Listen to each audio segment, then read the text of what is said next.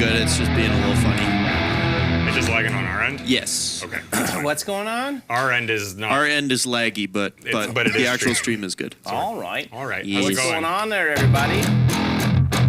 Smooth. Is that Jas or Jace? How would you say it? What's that? What patch is that? It's the This is the wide and clean, It's the H90 that's doing that, right? and the two Strymons. But like the chorus type thing. Yeah. I am lost, Scott. Absolutely.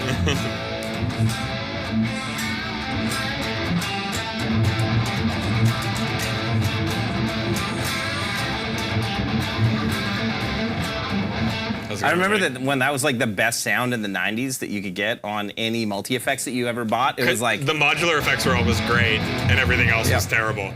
Yeah. it's like that's as heavy as you could possibly get, but also with way too much chorus and verb. Yeah. Yeah. Reminds me of Extreme. Yeah. I had a Cube 30. Like my first amp was like a crappy PV.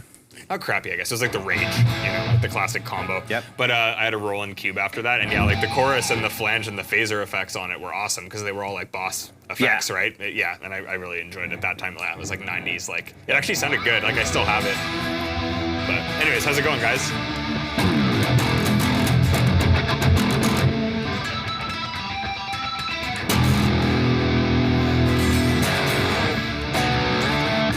I'm so lost on this guitar.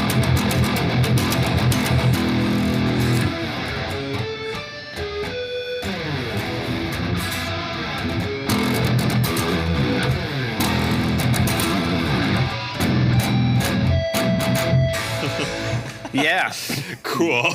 Yeah. All my muscle doing memory. great. All my muscle memory is completely gone on this guitar. Yeah, same with mine on this guitar because I don't understand because it's not wood. It makes me weird. It still has fret markers though. Anyways, how's everybody going?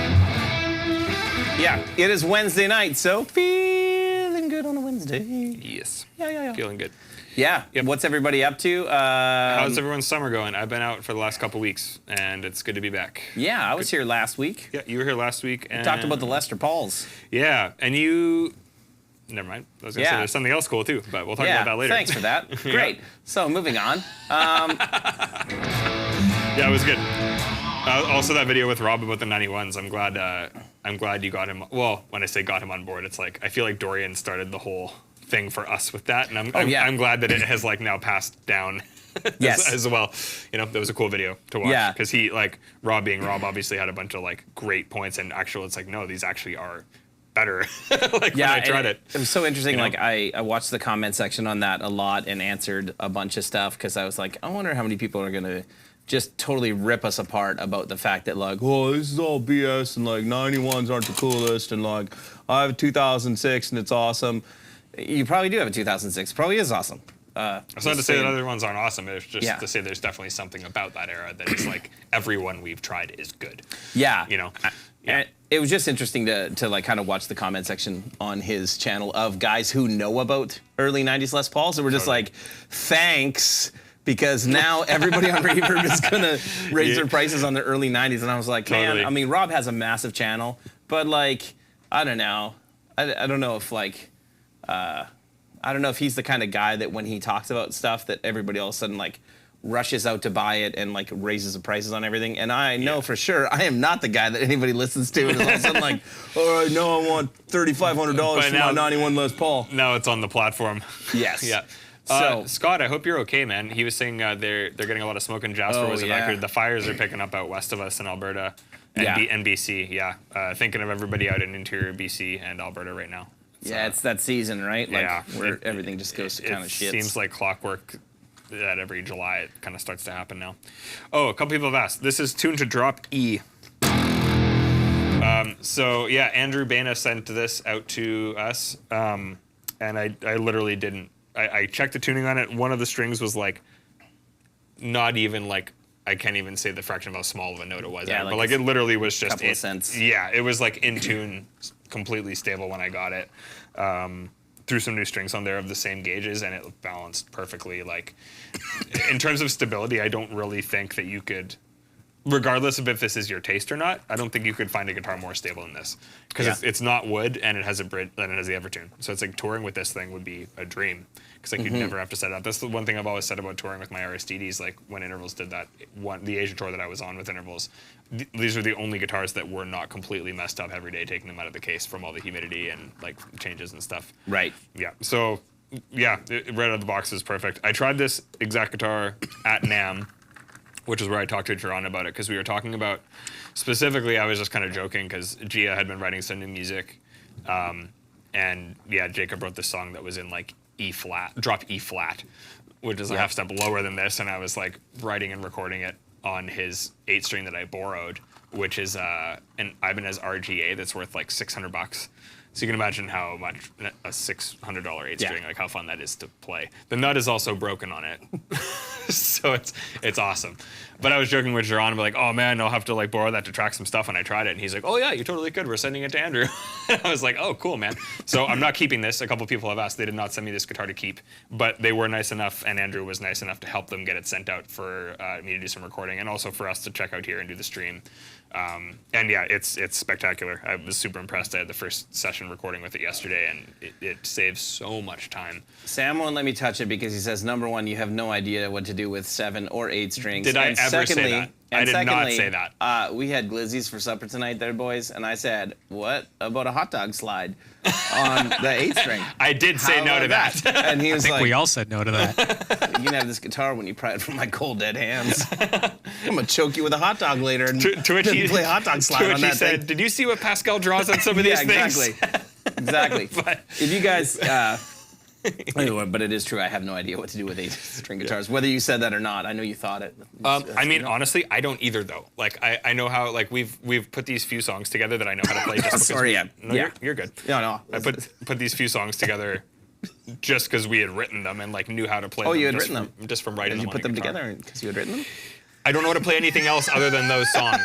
Is what I was getting at. I know And the guitar. I know how to play the stuff that we wrote on this guitar, but I have a very hard time picking this up and playing things that I didn't come like that I'm not specifically using this for this range. Like playing normal things on this guitar to me, I'm sure I could get comfortable on it, but my muscle memory is totally gone. Even my visual memory is totally gone. Is what I was getting at. Like I'm comfortable playing things on it that were kind of crafted on it because that's just how I've always known that. But Do you want me to tell you what I'm comfortable playing on that? Nothing. That's right. Yeah, exactly. So, I like how you're defending the fact that you don't know how to use an 8-string by saying that the only thing you know how to do is the songs that you wrote for 8-string guitar. But I wouldn't like I can't sitting down and playing what I normally would play on this is you know what I mean. You're just picking at it because that's what you do. That's fine. Yeah, and that's true. That's not to say that I couldn't over time, but it's like just the physical feeling is totally gone. And you could. I would like to note that I have tried to play 7-string over time, and I still have zero idea what to do with 7-string when I pick it up. 7 to me immediately hate it. 7 to me was not as jarring as this. Even after playing 7s a lot, picking this up still is like, oh man, this feels weird.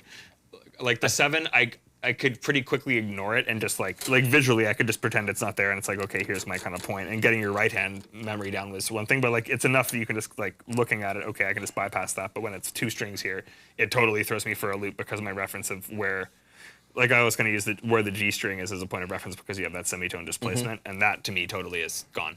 So I don't know. It's something I could probably get used to, but without having spent a lot of time with it, it is very fun to play normal stuff. Yeah. Anyways, it's in drop E. You heard this week's episode was going to be on religion and politics. Oh. I mean, that was part of our discussion over supper. And I didn't care about any of it. Yeah. And you know what we learned? We learned that we all live in the center.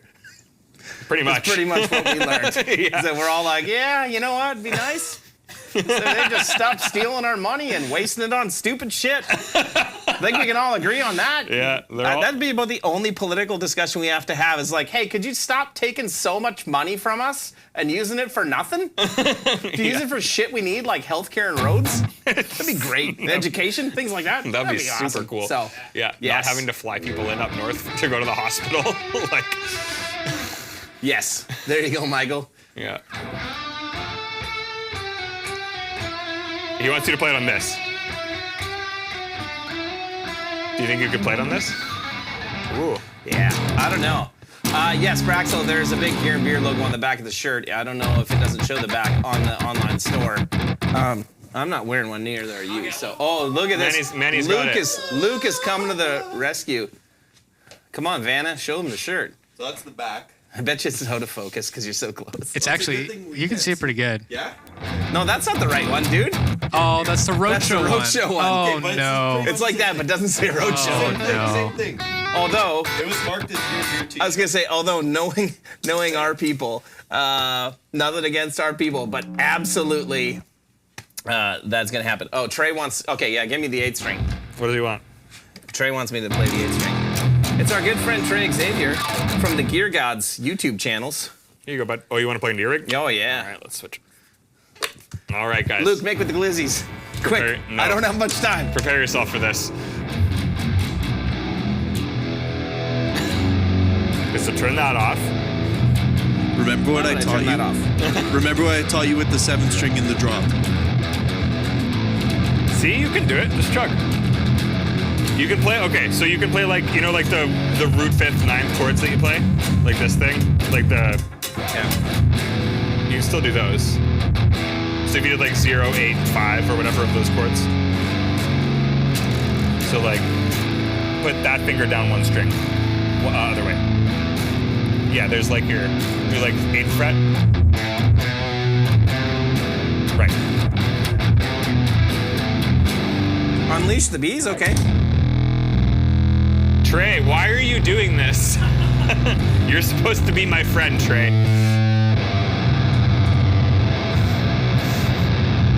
It's a B. Right. I forgot to drop. Pick that and pick scrapes and you're good. Yeah. No. Or Like,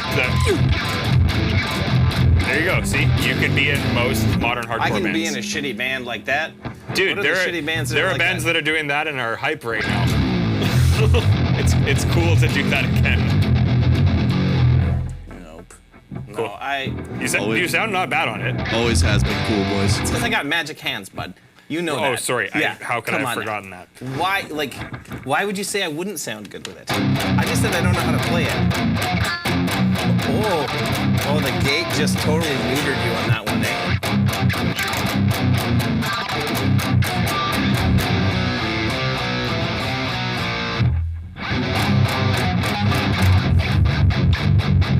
There you go.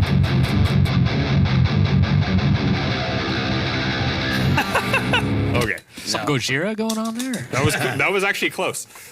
Yeah. Anyways. Get So this man away. we're supposed to be talking about Evertune bridges tonight, is what we're supposed to talk about. Yes. Because I think those are the bridges that stay in tune forever. Yes. Is the idea, That is the right? idea. And there are certain ways that you can set them up. Like a lot of people have said, like, oh, why would you get it? You can't bend notes on it. You definitely can set it up to bend notes on it. There's a couple different ways you can set them up. Now that I've gotten used to them, I probably could get by with using them for most things. Like I would just set it up the way that I like. Evertunes? Yeah. Yeah, I don't like. So Dorian's, I don't know how it's set up, but like on some of them, like you can set Yeah, it you up so can that bend it's- a bit, yeah. Yeah. Like even with this, I think it just goes back to the same pitch the way this is set up, right? Luke says it doesn't. Dorian's doesn't bend. So, I think what's weird about it is like anytime I've played one, and maybe it's just not set up right, but when you do bend, like, It kind of hits like a threshold and then yeah. well, it's not just that. It starts in a like. You kind of start your bend and it doesn't move, and you have to push like what would normally be like another quarter tone further, and then it catches. goes. That's So it a throws setup off thing. your. Like I would say, what would be good about it is that it'll teach you to play less with muscle memory and more with your ear, Yes. because then you're forced to be like, oh nope, I'm not quite there. I got to keep reaching. With the bends, yeah, Yes. for sure. Yeah. And that is a setup thing. Like you can kind of set it up, like essentially, Oh, I mean, we could do so much on setting this thing up, but like you can adjust like with this, like that string bends normally. This one, like not as much. Yeah. So I kind of like currently it's set up so that I do kind of have a little more bendability in the top 4 strings because that way I can get like kind of what is this gate so? Yeah. Just turn the gate off, dude. But no, I like it on. No. I'm just not high. Also, I forgot to ask like that everybody, type of what's stuff. everybody drinking tonight? Tonight, I want to tell you what we're drinking. We are drinking the Vespa Thief, which is a drink that my wife and I tried at Attaboy in Nashville. If you guys have never been to Attaboy in Nashville, Great spot. and you like recommend. cocktails, highly recommend. I brought a couple of the Dallas guys there when we were in Nashville, and they were like, "Holy crap!" It is not inexpensive. It is not like crazy expensive, but like it's a high-end cocktail place. We got 6 drinks, and it was like $100, which is not $100? for 6 drinks. That's not crazy in the States. Yeah, it's probably like 15, Yeah. 15 Yes. bucks cocktail. It's not outrageous for like an actual cocktail bar. That's kind of So- like how everything is these days. Yeah, anyway, so it's exactly. like- So this is called the Vespa Thief, and it's a like grapefruit gin It's really thing good. that's Yeah. really, really good. That Yeah. my wife offered to make us, because she had plans for this evening, and then they fell through. And I'm like, well, I'm doing gear and beer, so I'm not going to be home. And our kids are away at my mom's, so Nice. Shout out to my mom for she's just taking care of my chilling. kids. Yeah. And she was like, I'm going to go home. And she called me, and she was like, do you need anything? Or she asked me if I needed the old-fashioned mic or the old-fashioned from Pat and Five. Oh, the She's gin like, I'm at the old-fashioned. LC. Yeah, yeah. So for those of you not familiar with Manitoba, the LC is the Liquor Commission and or Liquor Mart store, because that's where we got to buy our booze. And she's like, you need anything? I'm like, are you buying stuff to make cocktails? And she's like, yeah. And I'm like, oh, are you making like the Vespa Thief? And she's like, oh, yeah, maybe. I'm like, did you want to make us enough? I'll make supper. Joke's on her. I made hot dogs. So it's a way better deal for us. They were good. But no, anyway. It's great. It's not my too wife, sugary. Heidi, Yeah, it's awesome. taking care of things. And Luke, of course, on to PBR as fast as possible. He's like, I choked that fancy drink down. Oh, Keith, we're out of PBR. Yes. Yeah. We have been for a while. I've Trey been doing says okay someone's for still your now. best, but they did Yeah. you a favor. Yes. I'm barely holding on. Yes. Yeah, no thanks, Heidi. This drink's great.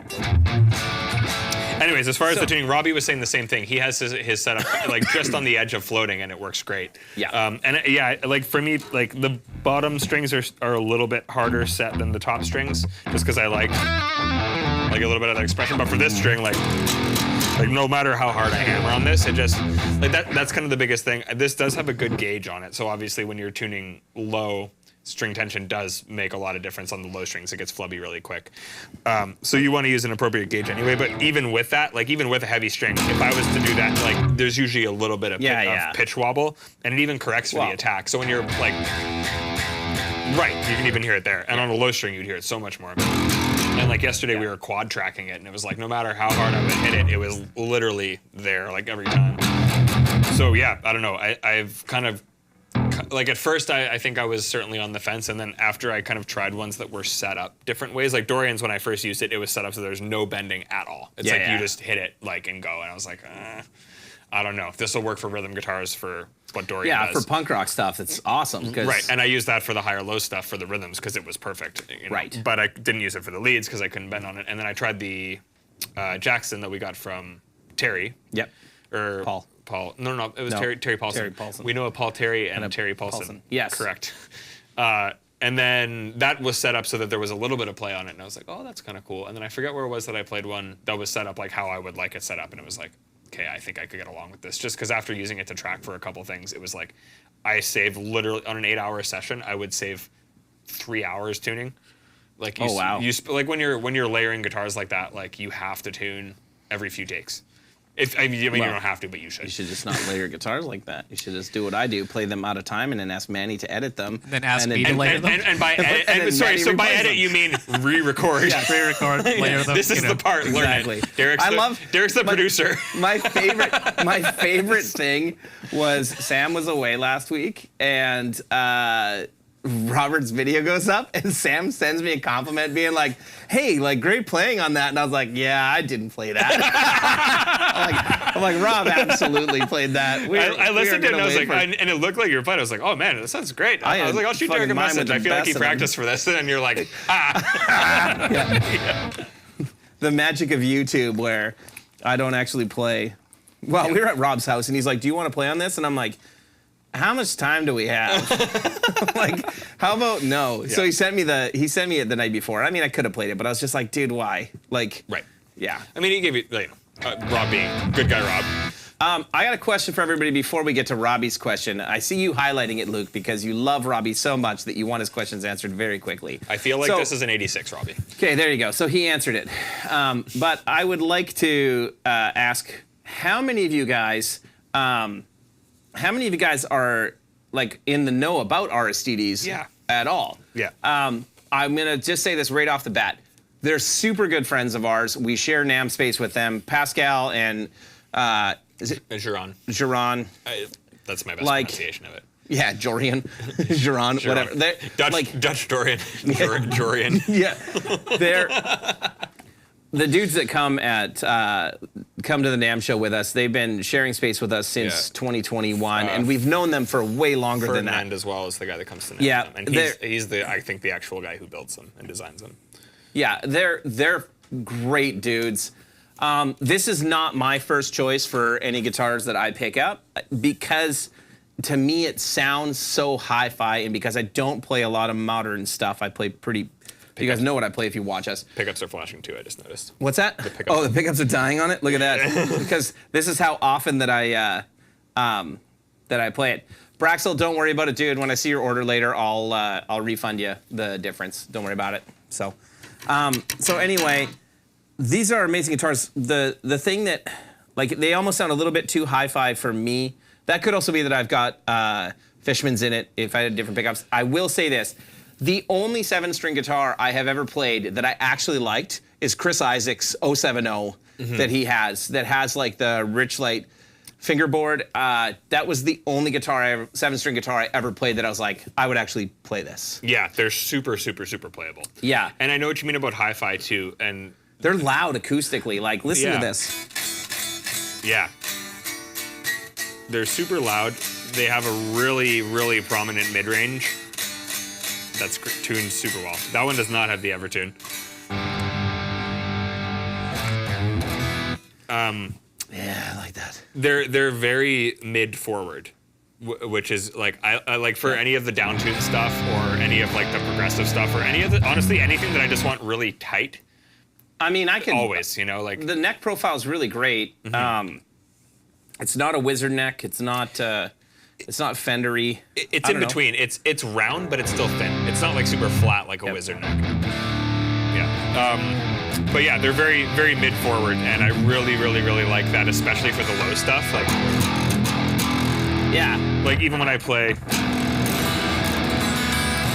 like an eight note chord.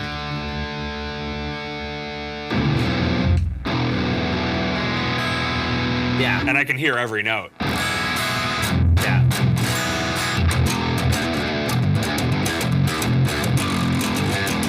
Nice, Mark. That's awesome.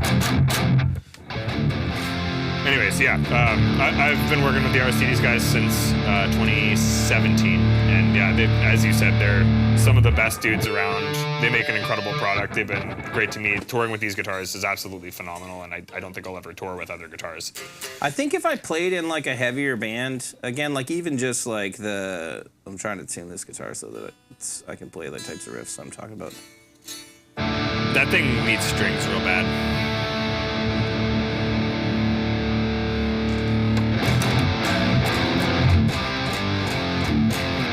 Nice, Mark. That's awesome.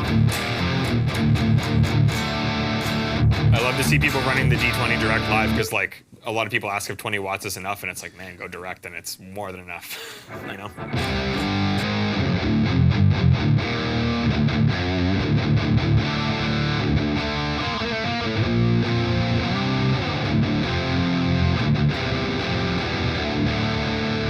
Yeah, like if I played in a heavier band, I probably would still use it, but I think I've got over 40 years old and I turned into a Strat guy. Yeah. And nothing wrong with that, dude. You weren't here when we were talking about the Fiesta Red, were you? No. I have a theory that once you cross over 50, Fiesta Red's your favorite color for Strat. Oh no. Because I don't know anybody who owns a Fiesta Red Strat that's under 50. Yeah. So, yeah. Oh, When? 6th of what? August? No. Me and August. Luke. Me and Luke. No, he's here. Me and Luke leave on the 6th. Yeah. I was already chatting with him. No, Robbie. Robbie, I'll be here. I was Manny will so be sad. here. They're playing the. Actually, I don't know if I should say that. What? It's not announced yet. The You venue. need- I don't know if it's announced yet, so I don't want to say it. I'll let Is him this say it. August or September, buddy? August. Shit. August. Man, that's be- going to be tough. I'll you'll- be around on the 6th. The 7th is my anniversary. I will not be in Brandon. Yeah. No. Brandon's a cool town, though. You'll have fun. Brandon's actually not bad. Yeah. You'll have a good time. You want to play the Richard? It's not. I'm 52. Richard, you're one of very few, my friend. Congratulations for making it past 50 without becoming a Fiesta Red fan. So, yeah. Richard Savoy, other Richard says, "Do you feel the hump on the back of plate for Evertune fits?" No, I do not. If you look at how I'm holding it, the hump is not like my body ends about here. There's probably an extra. I'd feel that hump. Like My half body a foot? doesn't end there. You're not that wide. Like the hump is like a solid like 6-7 inches further than here. You're not that. No, you're fine. The hump is more towards the edge of the guitar. My body sits about here, so it's all good. Yeah, this is a great guitar. I still play in a heavy band. Anyway, I was just going to say, if you haven't played an Aristides, you need to try one if you ever have a chance. I mean, they don't sell them in stores, really, so they're kind of hard to come by. You got to find somebody who's got one. But, yeah, Robbie, if you want to try the 6-string, it'll be here. And, yeah, absolutely, dude. You should swing by the shop when you're in town. This will still be here, but before when we leave. Yeah, I'm shipping this back when we get home. Oh, okay. Yeah. You're not just going to take it to him? Yeah. No, that's what I was saying. You're not just going to take it to him, because he's going to be at Sweetwater when we're there. Oh, can I bring it across? I mean, if you just claim it as your own guitar. But then he's got to deal with it. Yeah, I know. I was gonna ship. And they're not going to care if we have it there. Yeah. And Brandon, you're playing the East Side Eatery? I'm not. Is that East Side Mario's? Like, I'm not joking. Like by the mall? Yeah. Like by the yeah. mall. It might be the East Side Mario's by the mall in Brandon. That's sick. Oh yeah. It's gonna be Denny's V2. Oh yeah. It's a me Mario callouts. Yeah. Yeah.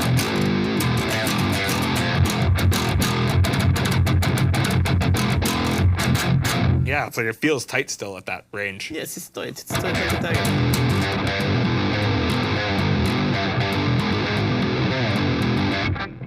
I would just like to notice that you said earlier that you don't know how to play that guitar, and it seems like you're playing it just fine.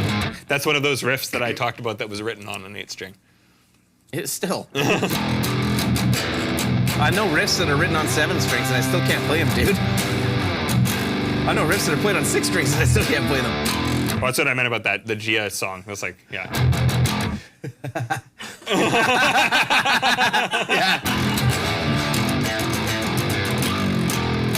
Hey, Jason, any of the demo amps still have full warranty and coverage as new. Yep. A lot of the time, the demo amps are honestly just amps that we have taken to a show and often don't even get plugged in or used. They're just there because, like, you know, we did a custom color, like if you see like the gold or anything like that, or we got something painted, decided we weren't going to do a mass run of it, but we had still built them out just to see how they are, so we end up with some. So Totally. Yep. So And no, there's you're totally good. I'll make sure to put that in the descriptions on all those amps later Yeah. that like contain or cover or comes with full warranty. Yeah, totally.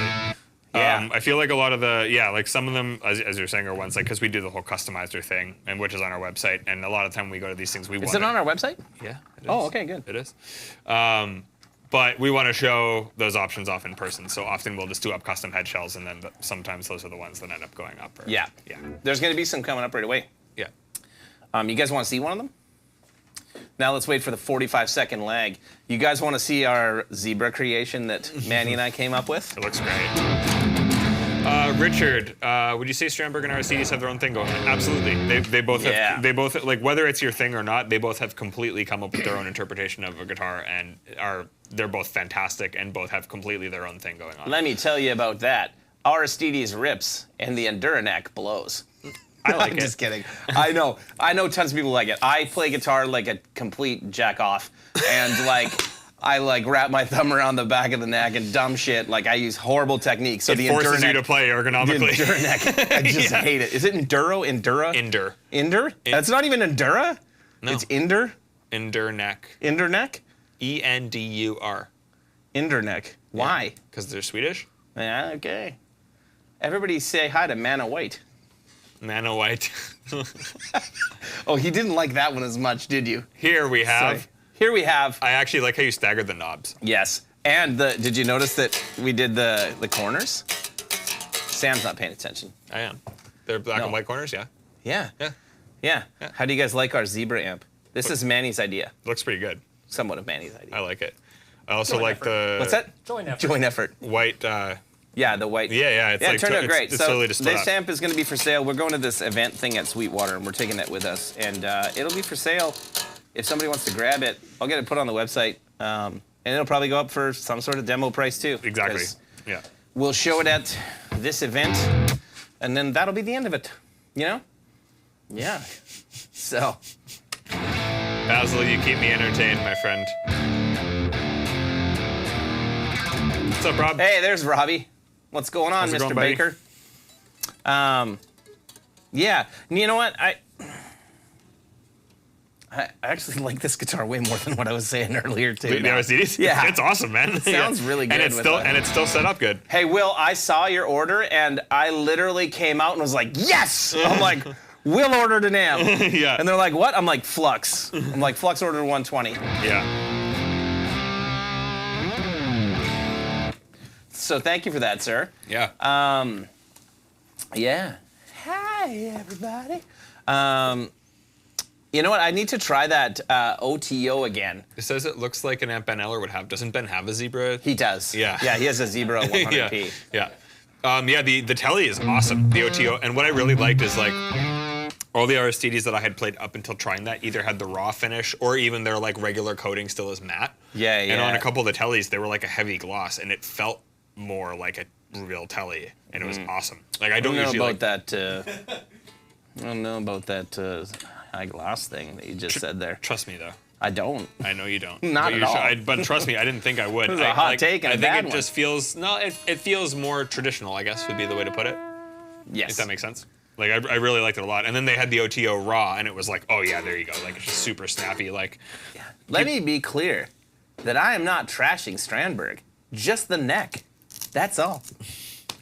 No. Derek doesn't personally you get know what? along with it. Also, I hate headless guitars. I saw Cliff just asked about that. Oh, I hate headless guitars. Like so much. Just I hate. I don't personally think I'd play one unless Like- it was incredible. I did play a Strandberg for the first intervals tour that I did because I was using Pliny's rig. Is it safe to say that we could say that I'm prejudiced towards headless guitars? Or are headless guitars a race of guitars? I don't know. You don't like What? them, that's fine. What? I don't know. We're I not don't making know. it about that. No? but you don't like headless guitars. No. I saw a meme literally as I was walking in the door for the stream that said, "If you have a headless guitar, I'm not listening to your band." Yes. It just made Yes. it made me think of Derek right away. But it's like, no, I know a lot of incredible guitarists play headless guitars and have good reasoning for it. I liked the Strandberg that I played a lot. The only thing that was jarring to me was switching back and forth between the Endure neck and a regular neck. I doubt he's still here, but Trey Xavier, that's where I played. Like I played his Bowden. Yeah. And the first time I grabbed it, he didn't warn me about the neck. So I tried playing it, and I was like, what is wrong with this? I'm like, why? Why? And then he's explained to me why it's better. It's the same thing of why, like, fan fret is supposed to be it's like ergonomic, better yeah. because it's Yeah. ergonomic. And I'm like, no. I did run into a situation yesterday where I found it more challenging, but it's just like down here, like up here, like when you get into this register, it totally, even down here it does too, but like there's this one thing I was trying to do where I was like getting on the same fret with that finger and just the way I had to curve my hand, it was like, oh, the muscle memory here is so different. Right. Like it is for sure different. And it was the same thing with the Strandberg with the neck. Like I did enjoy the Endure neck a lot, but we must say from He's been trying to highlight TJ's TJ. comment the whole time you're talking. TJ. Yeah. I miss you, TJ. Hello, Mr. Love you, TJ buddy. Siljev. Also, TJ, I got your text about the that amp last night. I'll hit you back after the stream. Sorry, I saw that as I was falling asleep and then forgot about it when I woke up. So I'll text you back. Yeah. Thanks, buddy. You guys are TJ. You're at the Cowboys stadium tonight, eh? In Dallas for 2 nights with Morgan. Please say hello to Tyler. I'm playing I Had Some Help at a Wedding this weekend, so I guess I'm kind of with you guys in spirit.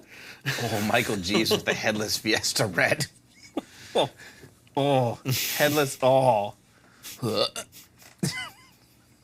That is a contradiction right there. You're 50, but you have a headless. It's awful, guys. It's terrible. Yeah. All right, let's see the vote. Who's for headless guitars and who's against them on the stream here? Let's go. You for or against? Nah. Against, yeah. You can say it. Like rise against. Come on. Luke. I'm not personally into it, no. I hate headless. No, I'm just kidding. I mean, I do. Again, sorry, I keep digressing. I played the Strandberg and I really liked it, but I feel like I'd have to just play those because every time I would switch guitars, the muscle memory was just gone because the neck is so different. It's not bad, but it is definitely different. So that's just add a pick guard. Fiesta Red headless guitar with a here you go. Fiesta Red headless Les Paul with a pick guard. Timing. Wow. A headless silver Man, burst, can you the imagine? final Is there a boss. headless Les Paul style guitar? Oh, Google it, Luke. I guarantee someone's built one. There's definitely one on Temu. Like, I don't know if I want to do this though. Nice. TJ, that's sick, dude. Yeah, I miss all you guys. Give my best to everybody. I hope I can catch you guys on the road at some point this year. That'd be sick. I want to see the new production. It looks insane. oh no. It's a Les Paul Jr. That's so gross. No. Oh, well, that's just normal. I mean, there's lots of headless Les Pauls. That's awesome. Okay, so Look at this, what we're looking at right now is someone broke the headstock on their Les Paul and then just put locking tuners on it and left the headstock broken. Hold on. This is what the awesome. description says. My 1984 Gibson Les Paul custom shop with missing headstock that girlfriend threw away while cleaning because she thought the broken headstock was trash. I mean, she wasn't wrong. So he put locking tuners on it. Oh, these are. I mean, this isn't as much fun for the people watching because they can't see any of what you're showing us, Luke. Luke, put them in the comments. You can Yeah. for sure. Put that other one in This the one? comments. No, put the first one, like the junior, and then also put the one with the. This one here? Yeah, put that one Oh and man, the one in what's the that one? stairs. Is there, no, it doesn't have 3 humbuckers in them, does it? There's some no. weird No, stuff there's here. It's just one T90 in there. T90. I don't It's know a why we junior. opened this whole up. I don't know. Oh man. I don't know. I don't think they can click. Can they click on links? Who knows? We'll Oh, see. what's going on there, Hoog? Coyote Stardust says Aristides and Strandbergs are the modern, better looking headless guitars. I agree. I think out of the headless guitars that are out there, they absolutely look the best. And again, I've played some headless guitars that feel and sound awesome. There was like the OHO, the 6-string. There was a lilac one at NAMM that was just killer guitar. So Most Les Pauls end up headless at some point. Kiesel has a single cut headless. Yeah, that doesn't surprise me.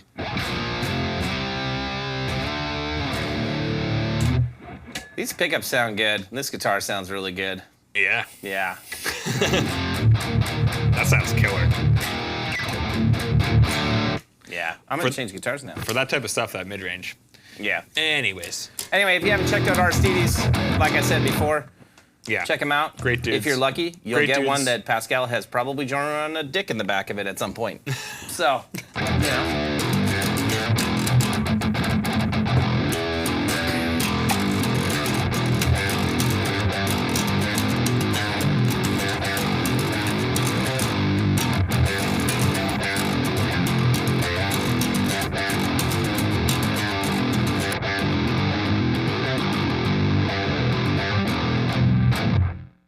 All right, this is what I think one of the smartest ideas I've seen that Dorian did, which is Dorian bought, this was, what did we determine this was? This is a 99?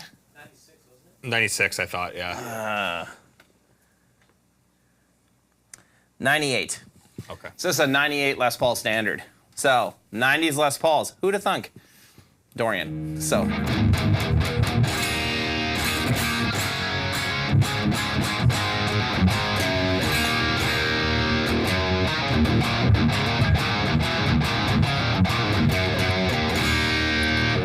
So, he had Al Beardsell. Yeah, who lives Alex. across the street from me. I think Al installed this Evertune for him, if I remember Al correctly. also made these pickups. Yes. They so sound awesome. Great idea for Les Paul. I mean, it's still It's a bajillion stupid heavy, pounds. Yeah. But Yeah. like now you can get that like Les Paul like. I mean, it's hard for me because I think Dorian plays nines down a half step. And he has the tiny frets.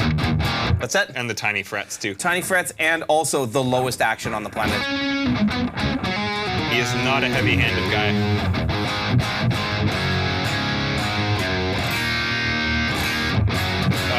Yes. Well, this is the 10th anniversary. Mine isn't the 10th. His is. Mine's the OG. Yours is the revision A with KT88s and 6L6s. Yes. Okay. Yeah. Yes. Actually, that's funny. Very, very different sounds here because the revision B is a bit brighter, and this also has the ELs. Well, here, if you're gonna play against me, why don't you take this thing? Yeah. Because We'll get back to the multi-scale. Dorian has this in like a half step down, and this Jackson is also a half step down. But these are the other two Evertune guitars that are kind of floating around here. This one actually belongs to the shop, and this one belongs to Dorian. This thing's still perfect.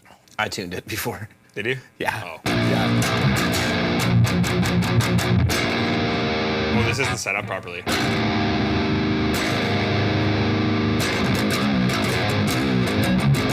It's funny, this feels small in my hand now from holding that 8 string.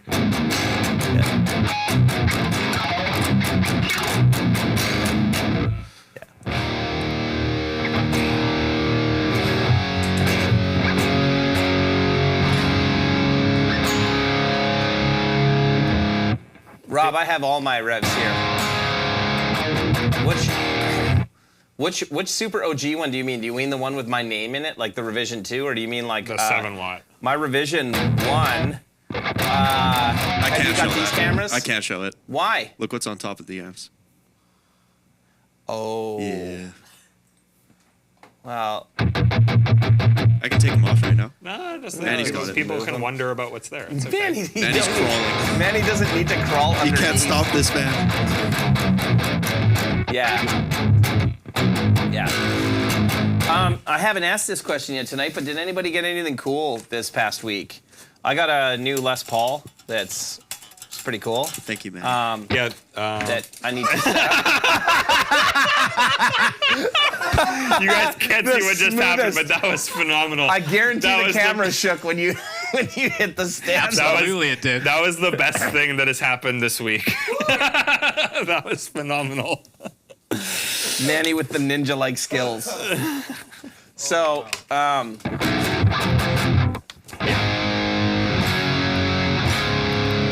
so I will say, like you said about playing, like dragging guitars in the studio. Yeah.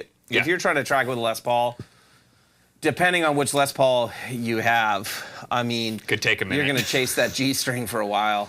Yeah. Most likely. Yes. And that's what's the most impressive thing about this. And I know Dorian said he got a deal on this guitar.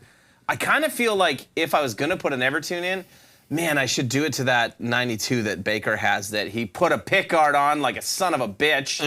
Oh, that's yours, right? The black Yeah. one? Yeah.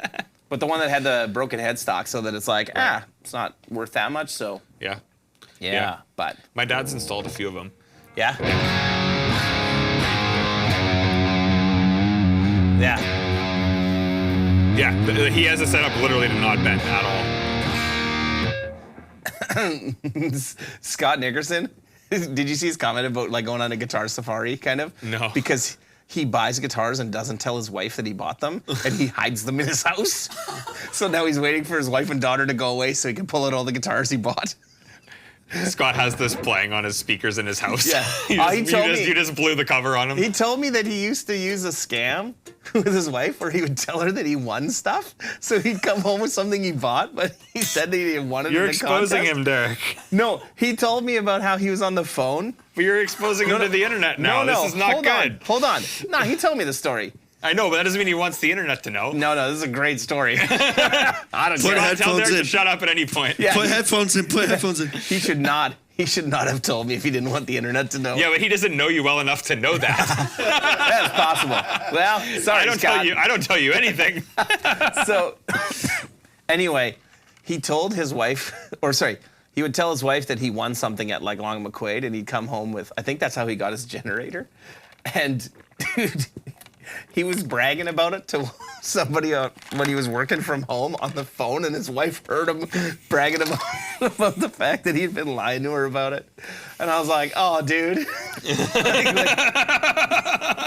you outed yourself hard. You just outed him too, so sorry, Scott. I had nothing to do with that. Oh, no, he's laughing. Okay, we're good to go. Dude, he was laughing when he told me the story. There's no way. That's awesome. There's a 740 on GC's website. Can you tell me why you love that amp so much? Oh, the Generator 740. Yes. It was a brisk summer day. The Mark II. It has, I don't even know what the word is. The best green channel ever. Sure, that's multiple. Yeah, words, it's but mostly that. it's the green channel for sure. That is different, and I still the think red channel is different. The red channel's kind of like a blend, kind of between red and purple. I still attribute it to the 6v6 power section. Yeah, you could be right. Yeah. Yeah, I don't know why. That amp, I don't know if it's just the power section on it. It's just the perfect amp for me. I never play it anymore. Like honestly, it's never the thing that's easily hooked up because it's on the amp wall. But, And it also isn't a direct thing. Yeah, it. Yeah. Yeah. Yeah. Man. Braxel, I have this Generator 740 Mark II, and it is great. That is correct. Awesome. Yeah, I love those amps. I mean, the new 50 is a different thing. And the green channel on it, oh man, it's different, might be better overall. It's very different. I like it more, but I like the more, like this is what I like about this amp, is that we both use the green channel entirely differently, and it does not sound the same. Like you like humbucker, big kind of like rock tone. I like the more kind of like split, lower gain, more articulate type of thing. And What do you mean articulate? You mean like I have Muddy playing? no, Sloppy play? you interpret, like, are you just like, percussive. like you're just looking for reasons to be sad about yourself? Percussive. I don't know what to tell you. You're a good guitar player. I'm not hating on you. Percussive. Tell me more. Tell me more about why I'm great. why. This is exactly I'm what not you disagreeing. wanted. You like the bigger, hairier kind of rock tones. 100%. I like big chords. I don't play percussive. It's not about. Sure, you could say that, but like even then, you like the bigger, more kind of aggressive, hairy rock tones, and the green channel that does it. So that's not actually why I like the green channel. I like the green channel more on the new one because it does more of the lower gain split coil sound that I like. So- with the bright button. And that's not actually why I like the green channel. No, I like the green channel because of like more of those big, like not big chords, but more like the big kind of church soundy stuff that you can do with it, where it's like this really like full sounding edge of breakup sound. Like it doesn't sound or feel thin. And what I like about the new 50 is it's really punchy and immediate. Yes. Even with that, so like it kind of has this cut to it that. Which is nothing why I else like. has. Which is why I like it more. Yes. Yeah. Yeah. Yeah. But So see, you were trying to say I wouldn't like it as much as you, but you were wrong. it's not, Samuel. that's not what I said either. but Listen up, cool. Big Sammy J. You can. You were interpret not things- correct. You can interpret things however you want. Just realize there's no wrong or right with anything.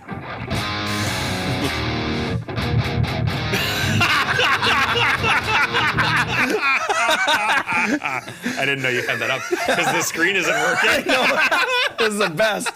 That's awesome. You didn't notice that somebody called you Big Sammy J yet No, either dude. on it? You said I wasn't reading the comments. That's amazing. I love it. Was that you, Luke, or was that Derek? I was like, Luke, if you did that by yourself, I'll give you credit, but you probably didn't. I could though. Yeah. That's hilarious. I'm dying.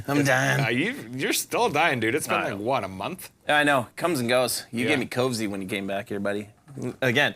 I had it Me? like a month ago, and now you gave it to me again. I didn't have it. You just told me. I didn't have it. No, I know. Your wife did, and then you told me. Yeah, but yeah, I don't. you gave it to Dorian and I.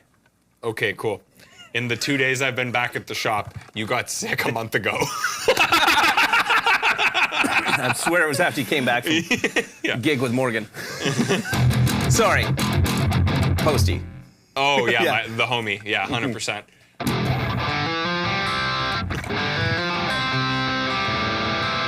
Is that it? Yeah, you actually told him.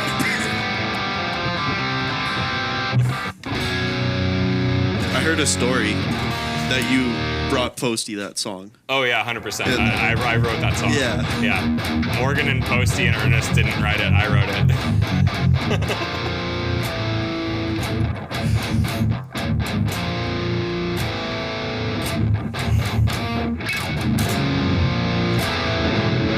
You're an E flat.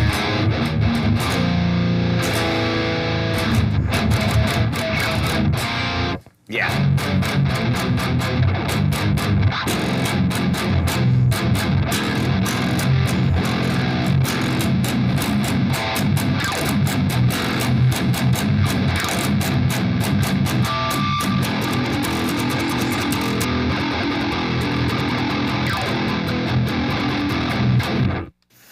No tilt boosts right now. I'm straight into the 120. That's a good idea.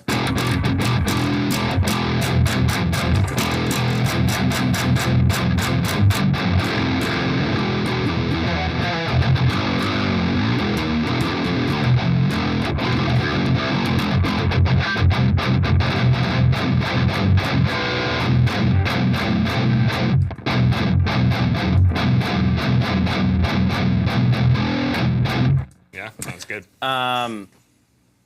What's interesting, I mean, apart from the fact that we're playing very, very different guitars, but I have, like you said, the Revision A 120 with KT88s and 6L6, you said?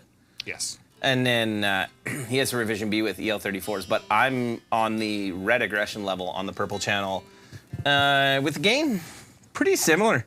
Yeah. Like most stuff is pretty similar, to be honest. Yeah. But I have, actually everything except I'm on the red aggression and I'm boosting the top end a bit just because it's guitar.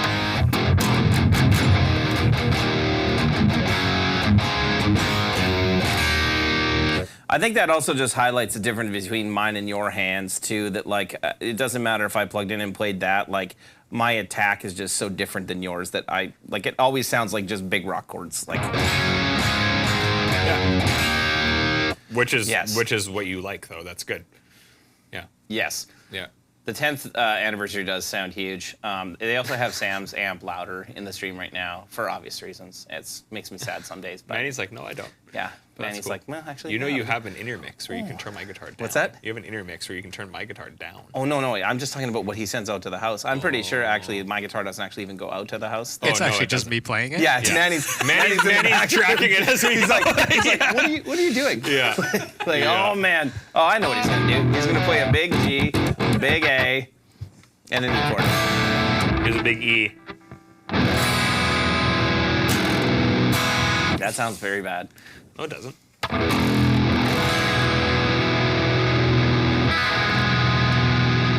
You can hear every note in that. I know. It's crazy. Luke loves it.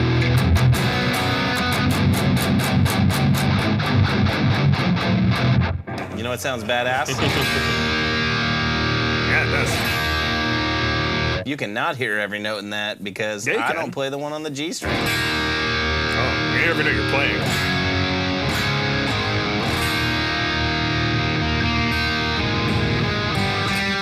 It's mid? Is that what you're doing? It's just mid? Oh.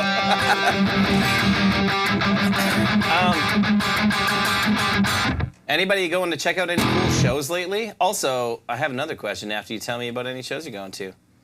You going to any shows? Are you going to go to the Bankside and see the Royal Tusk and Northern Royals I and have a gig with the Big Royal City in Albert Kenora. Band and the Royal, I don't know, Royal Flush Tusk. and what else? Northern Royals, Royal Tusk. Yeah, lots of Yeah. royalty. Tuskers. That's what what Dorian Dorian- calls it. Yeah, Tuskers are coming Tuskers by.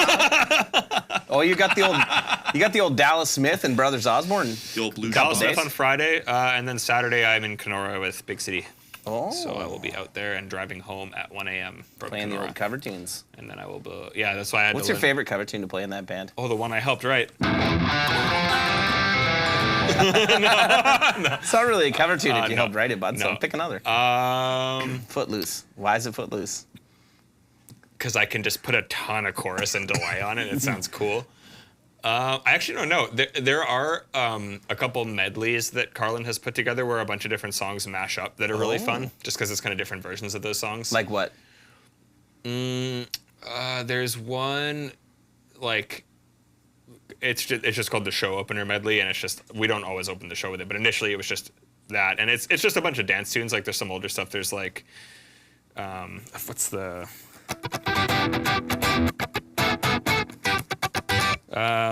All For You.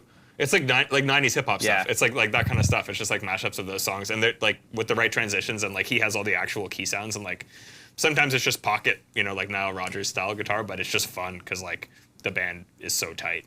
So I don't know. I like doing a lot of those things. Obviously like it's pop music, so like any chance to actually play more guitar is fun. So like when we're playing any of the old rock or old country songs, those are fun because you can actually play some guitar parts and not just kind of chordy stuff. Yeah.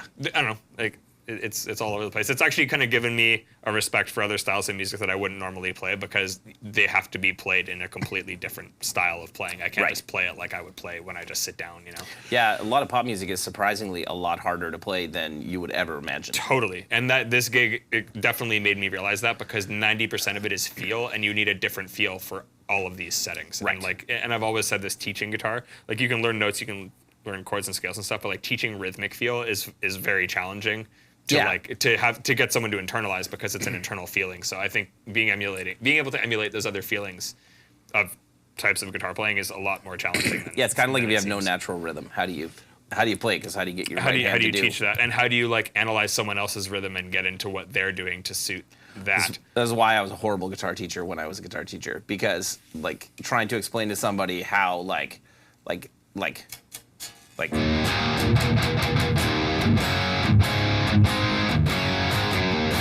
what I'm doing with my right hand. Yeah. Like, I don't know, just do that. Like, just pick it. Just it's pick, like, no, it's like, and even then when you can say like, oh no, it's a quarter note. It's like, on paper you can show them, be like, no, these are the rhythms. That means nothing if the feel isn't there. And like teaching that to me is more challenging than just teaching notes or chords or whatever. Yes. Because it's the one thing, like you can teach feel and you can learn feel from, I think you can learn chords and scales from reading like music literature and stuff like that, but like feel is something you learn from listening to music, and that requires an ear that allows you to absorb that. And just understanding that like, playing like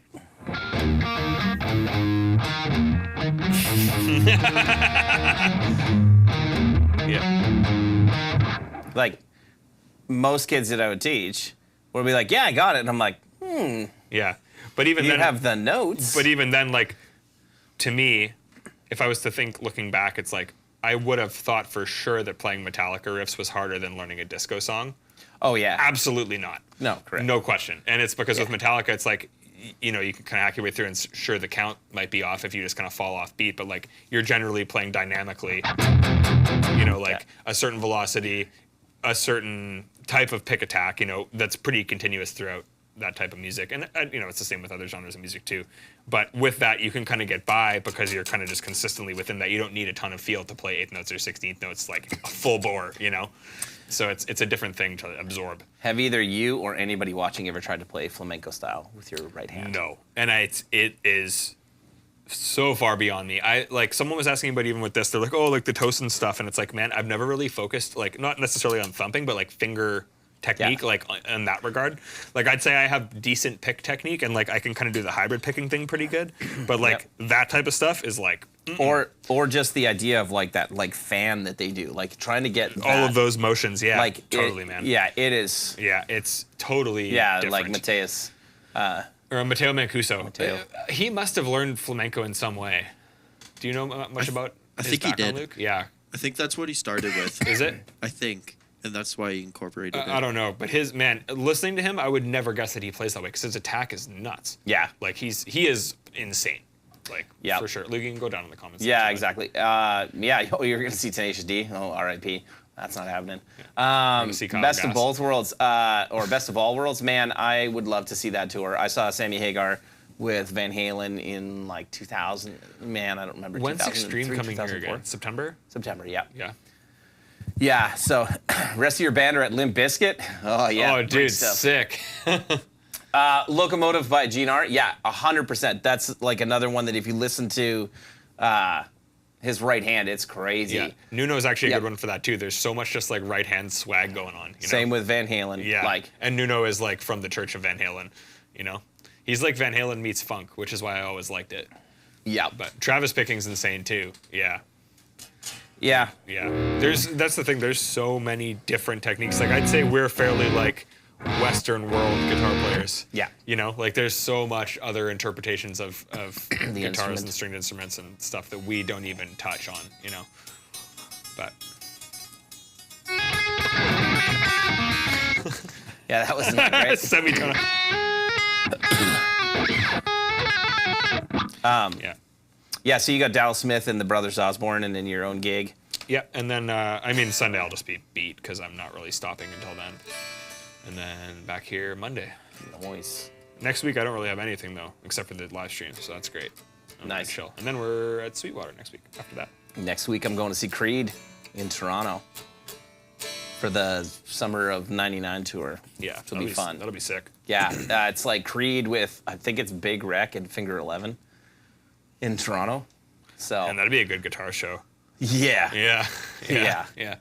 Totally. Yeah, I got to hit up Chris. Yeah. Yeah. Yeah. You said you knew one of the Brothers Osborne techs? Yeah. Yeah, Zach. I haven't met any of those dudes before. Heard they're good. Yep, he said he's going to be here on Friday, so. Nice. I don't think I've met him in person. I think that, like, Dino gave him some swag and some stuff from us. They were at Thunder Bay last year. We had some stuff go, but I didn't go. Man, I gotta listen to more Jason Becker stuff. Yeah.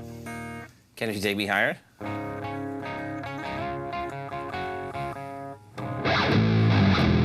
Yes. Man. I mean.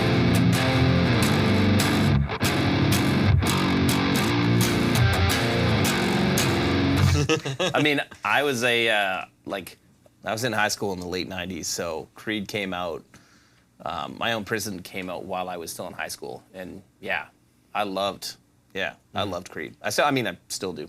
Totally. I'm a bigger Alter Bridge fan than Creed fan, but I feel like, and I'm not just saying this because I worked with Dallas, but I feel like out of those types of bands, like Nickelback and Default were the first bands that I really kind of like enjoyed. yep, For like Creed was like a little before Yeah. I got into that type of stuff, and Nickelback and Default I think kind of came up like Nickelback rips, man. I don't Yeah. care what anybody says. Yeah. That band is just Oh, yeah. amazing. No, you Yeah. can't. You can not like it, and that's cool, but you can't deny it that it's sick. Yeah, Sammy's tour. Oh, Yeah, Sammy yeah, Hagar, the Van not Halen thing, not Big or like- Sammy J. Big Sammy J tour coming. Yeah. Coming to my backyard with a beer. Nice. Yeah. Yeah. So it's gonna be a fun show. Yeah, totally. That would be Yeah. a great show. And you're in Toronto Monday, Tuesday. When are they playing Monday? What's that? They're playing Monday. Tuesday. I have a meeting with L&M and some other stuff on Monday. Right. So, because I have to go for work. Oh. Right. Like I have to make sure that there's work being done. Yeah, So, that's how you it know, works. So then when I go to a bunch of guitar stores and a bunch of other fun stuff That it was justified. that I was there to Yeah. go talk to guitar stores that are our dealers. That's what I'm going to do. Yes. Try the MT100. Have I thought about getting the Tremonti amp? Yeah, a lot. I honestly I'm not buying anything really right now. The economy sucks, so I don't really want to buy anything. Like, I kind of have a rule that if I'm gonna buy something, I got to sell something. Yeah. So I do need to figure out like what am I gonna sell to get something. Like I sold a bunch of guitars, and that's like the last of my fund of stuff that I could just spend money on was me buying that 91 Les Paul that I just bought. Right. So, yeah. I don't know.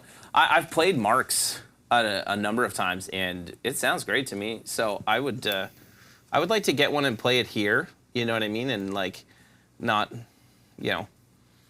playing through his rig because his rig is like unbelievable. Crazy. So Yeah. yeah, I would definitely like to try that. Yeah. So, how about anybody else here? Anybody else here got the MT100? I have the MT15 back there. It's awesome. Yeah. So.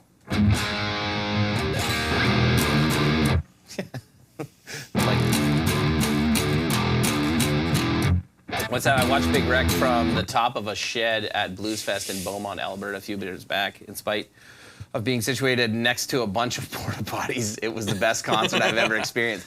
Oh man, yes. Big Wreck is awesome.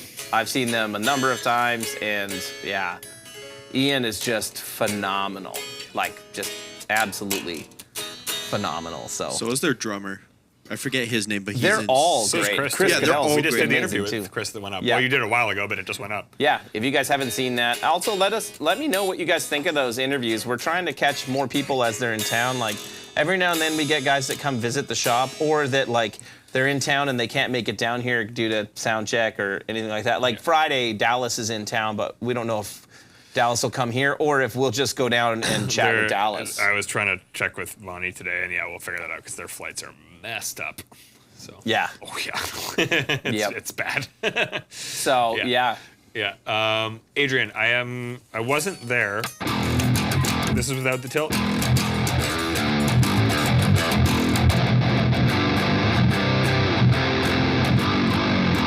This is with.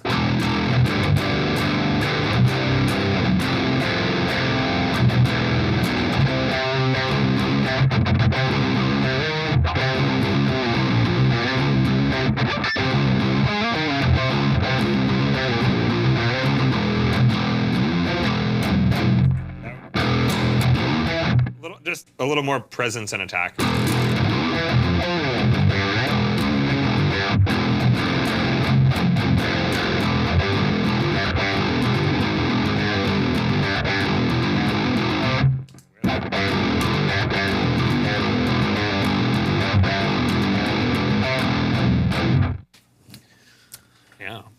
Corey, we've done Chris Cadell from Big Wreck. We've done Seth Morrison from Skillet interviews. I don't know what we've all launched. We have a bunch of them that aren't There's all, a lot, yeah. that aren't all put we live did.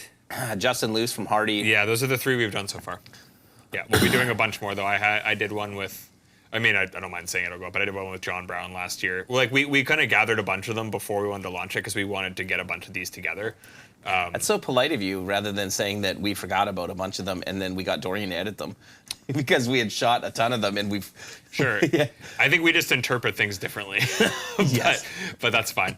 No, we ended up having a bunch of them, and I think now that we kind of have the ability to roll them out, I think it will translate more as like a segment, you know? Yeah. Well, a lot of it was we did want to have more of them, and honestly, we wanted to make sure, like, a lot of the time I've done interviews with somebody where they're talking about a specific product, and I'm like, oh, we should not be out of stock of that product before we launch this video. So, like, there's a couple of really great interviews that I've done that we're not launching because we're sold out of D40s right now.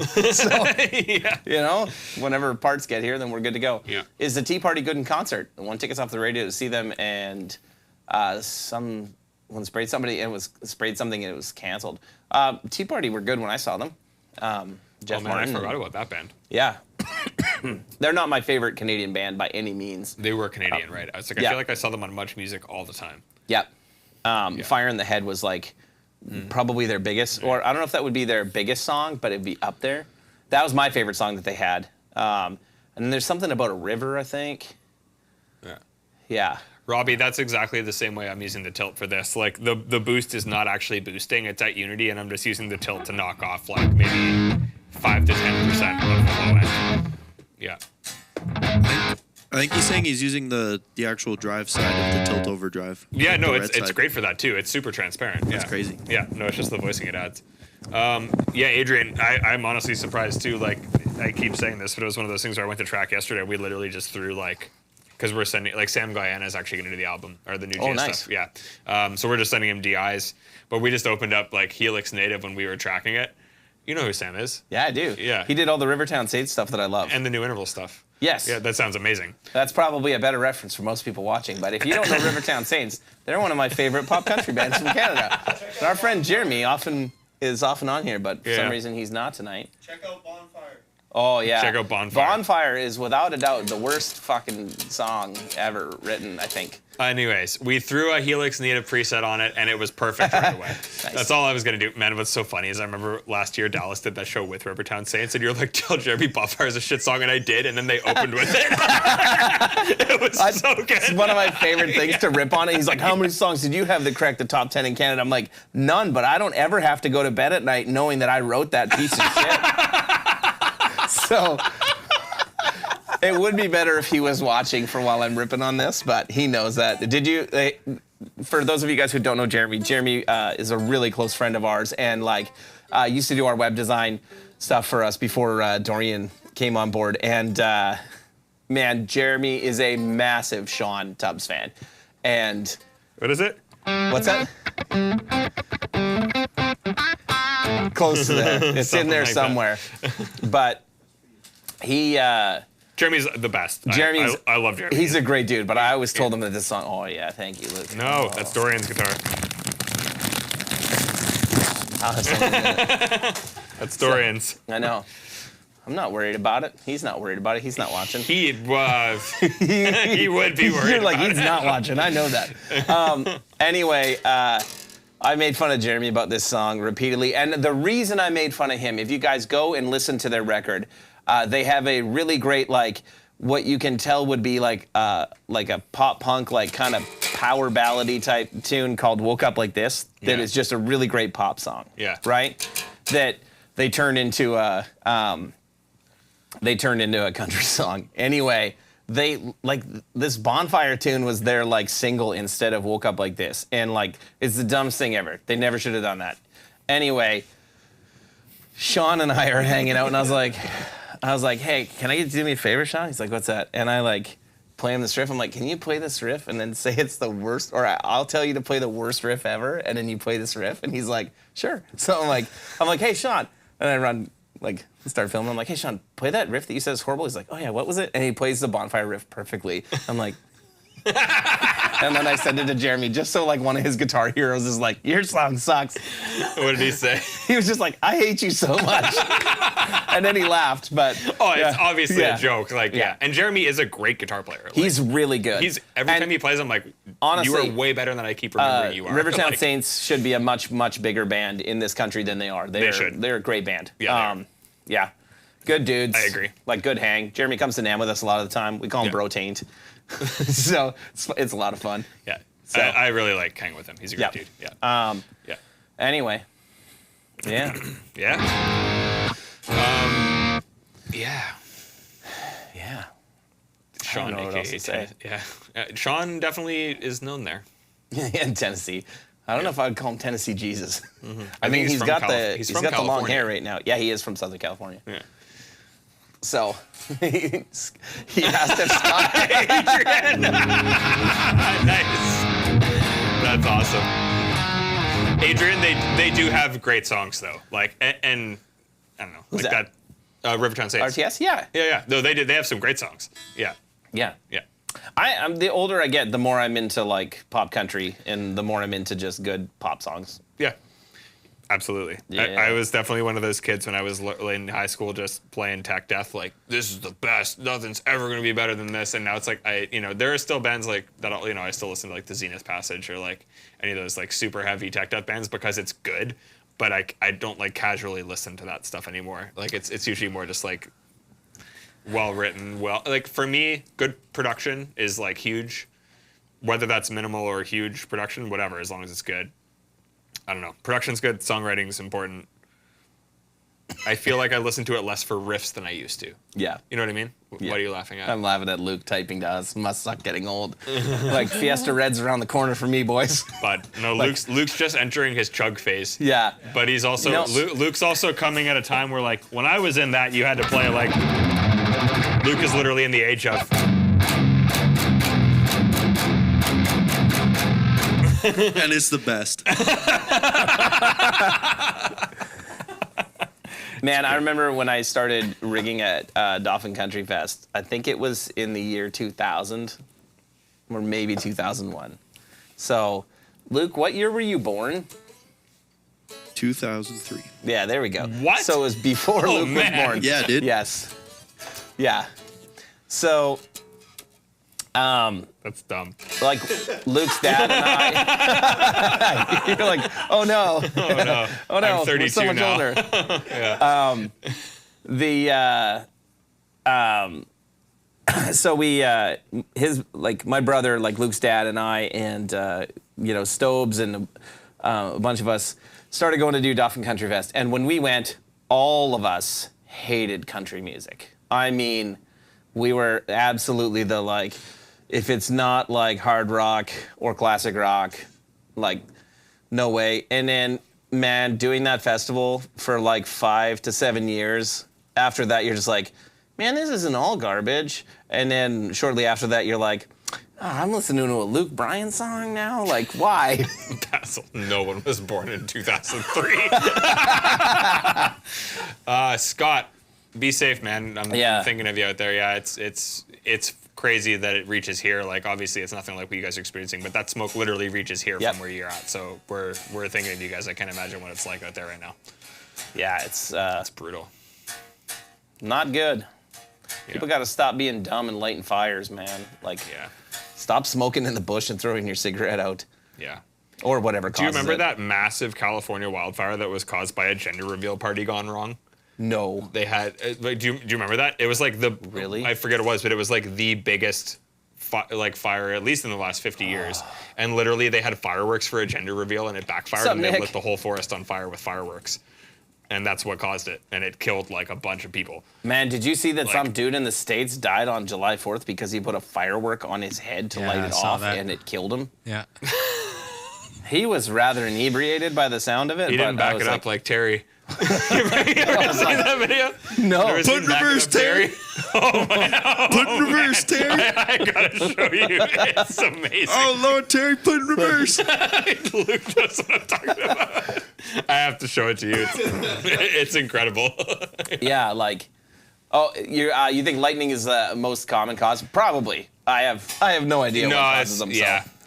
Well, I don't know. I will, like, in Canada, they're definitely strict on, like, if there's like a fire ban for camping, or if there's any sort of ban, they are out there, like, they're on it. So I don't like. We used to burn a lot of stuff at my place, just because I live like on a farmyard, and we used to burn a lot of like cardboard boxes. We and had the burn barrel when we were there. We just go through stuff in there. Long before that, we had a burn pile. Yeah. Where we would just pile up stuff that we couldn't recycle or that the recycle depot wouldn't take, and we would burn any of the like vinyl backing paper or anything like that, right? Yeah. And then one day, the guy who would light the fires was also the volunteer firefighter, and he caught that bush behind my house. He almost caught the whole thing on fire. It started burning a bunch of it, and we were out there with like garden hoses and like buckets of water and put it out. And then I was like, yeah, you know what we're not gonna do anymore? This. Yeah, yes, correct. So that's amazing. Yeah, and like now I think about like anytime I think about I have a burning barrel for like just burning mostly cardboard stuff. And now I like anytime I think about lighting a fire, I'm like, no, there's way too much wind, or there's always a problem. And I'm not near somewhere where I'm gonna catch like a large amount of stuff on fire. Mostly just my house. So, I would rather not do that. If my house caught fire, probably 5 other houses would catch fire. If my house caught fire, so would my shop, maybe. Yeah. Probably I don't even know if it would. Probably No, it not even. I have another house, like the distance from Luke to me on either side of my house. So nice and tight. I do not. It's tight in Wolseley. I have no neighbors for a quarter mile. It's awesome. It's a good time. But I do have coyotes wandering around, which is less than ideal.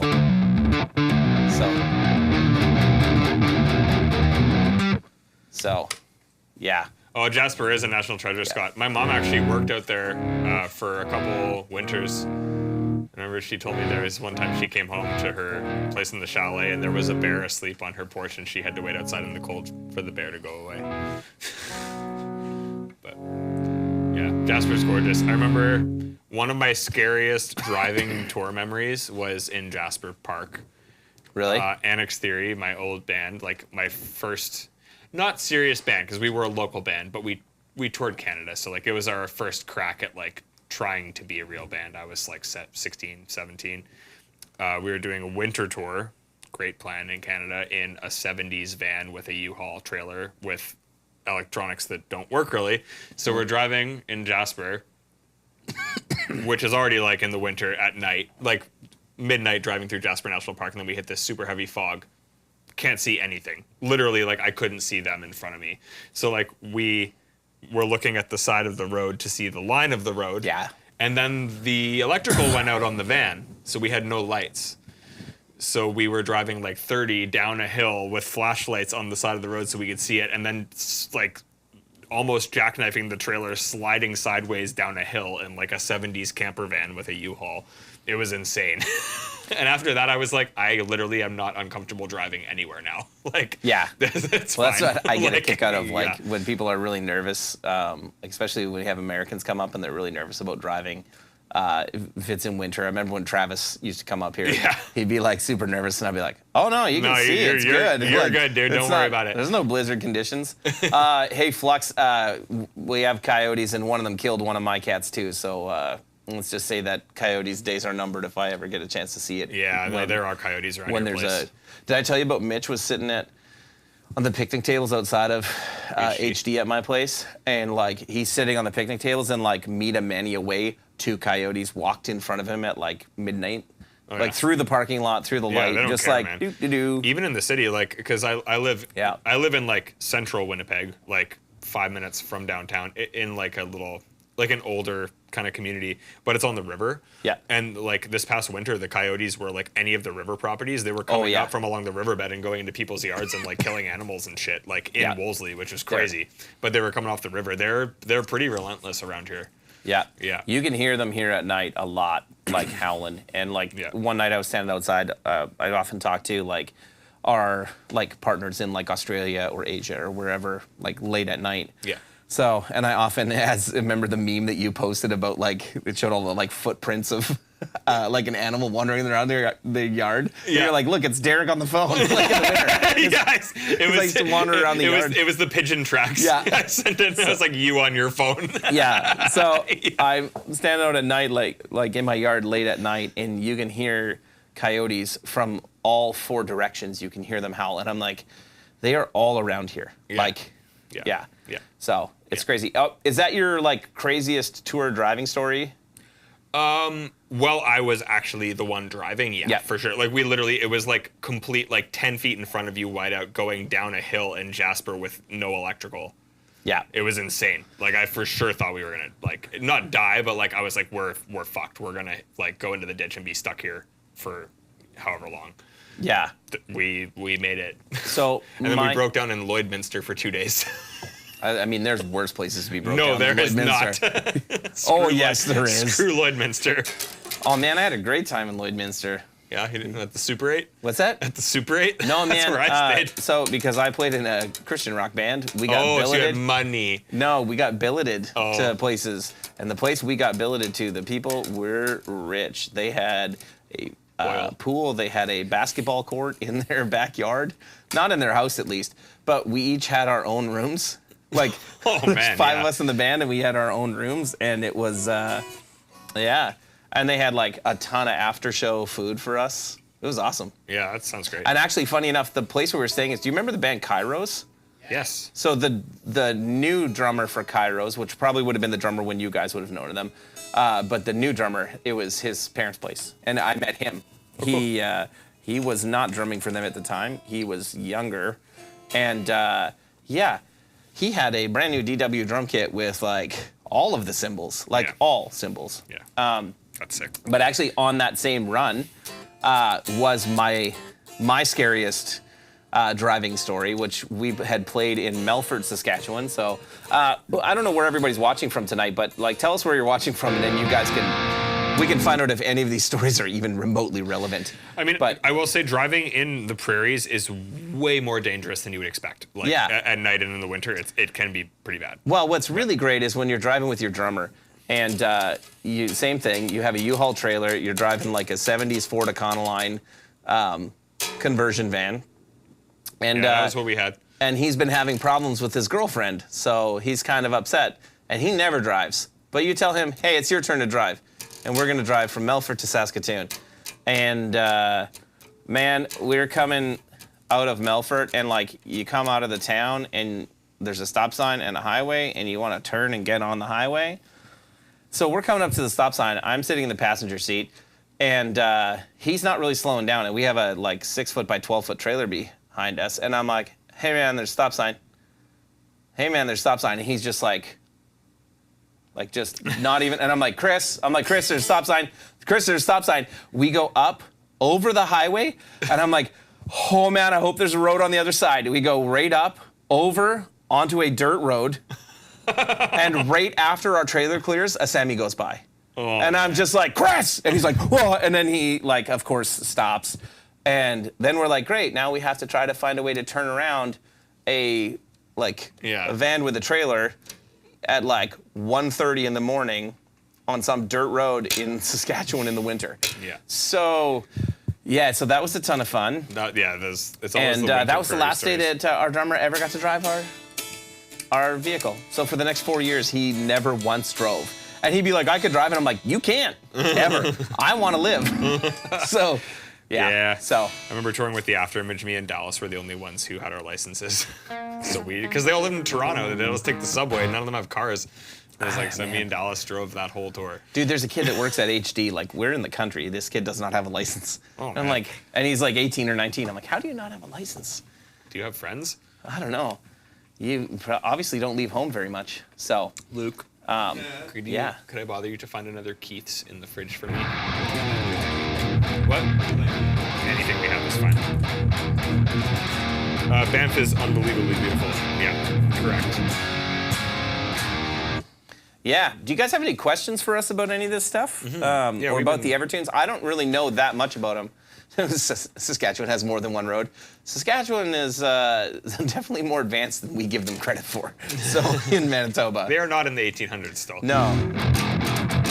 Yeah, good enough with the road stories there for a bit. But yeah, if you guys have any questions, it's great to have this guitar here. We'll have it here for another couple weeks. I'm going to try to shoot some sort of playthrough video with it because I want to show specifically how the purple channel does with it. Because, yeah, there you go.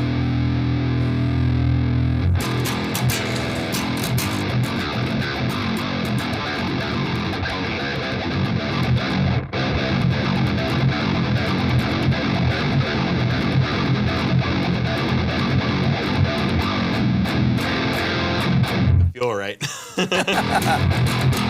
What do we got? Oh, you brought me the Radlers. Oh, that's all we got left. Okay, which one do you want least, Derek? You can pick. I like both of them. So there's a lemon one and a grapefruit one. I'll do the grapefruit. Nice. Hope you like ciders, boys. We're not out of. Oh man, we're out of other beers, eh? Yeah.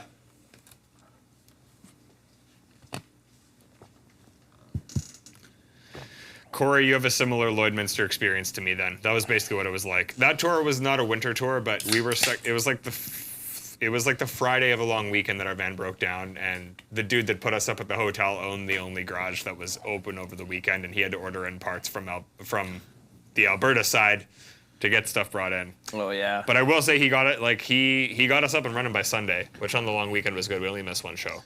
Nice. The dude definitely saved us. Yeah. But on this same run, we were in like Melfort, then we were in Edmonton, and then we were in Calgary.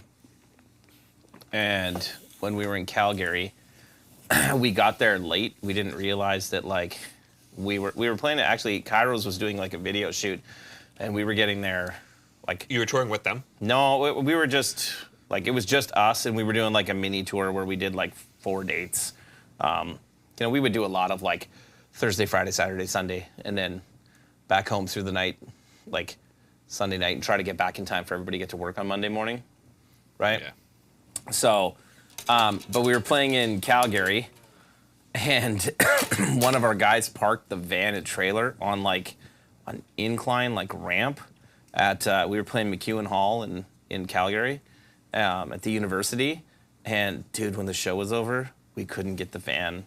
Like the van couldn't pull the trailer up. We just kept spinning on ice, and it took us 2 hours to get it to get it off of this ramp. It sucked. And then we're trying to get from Calgary to Winnipeg, which is at best case scenario 12 to 13 hours. Oh, with a van and trailer? Yeah, at best case. That is if you're flying. And we're trying to get back for people to be able to go to work on Monday.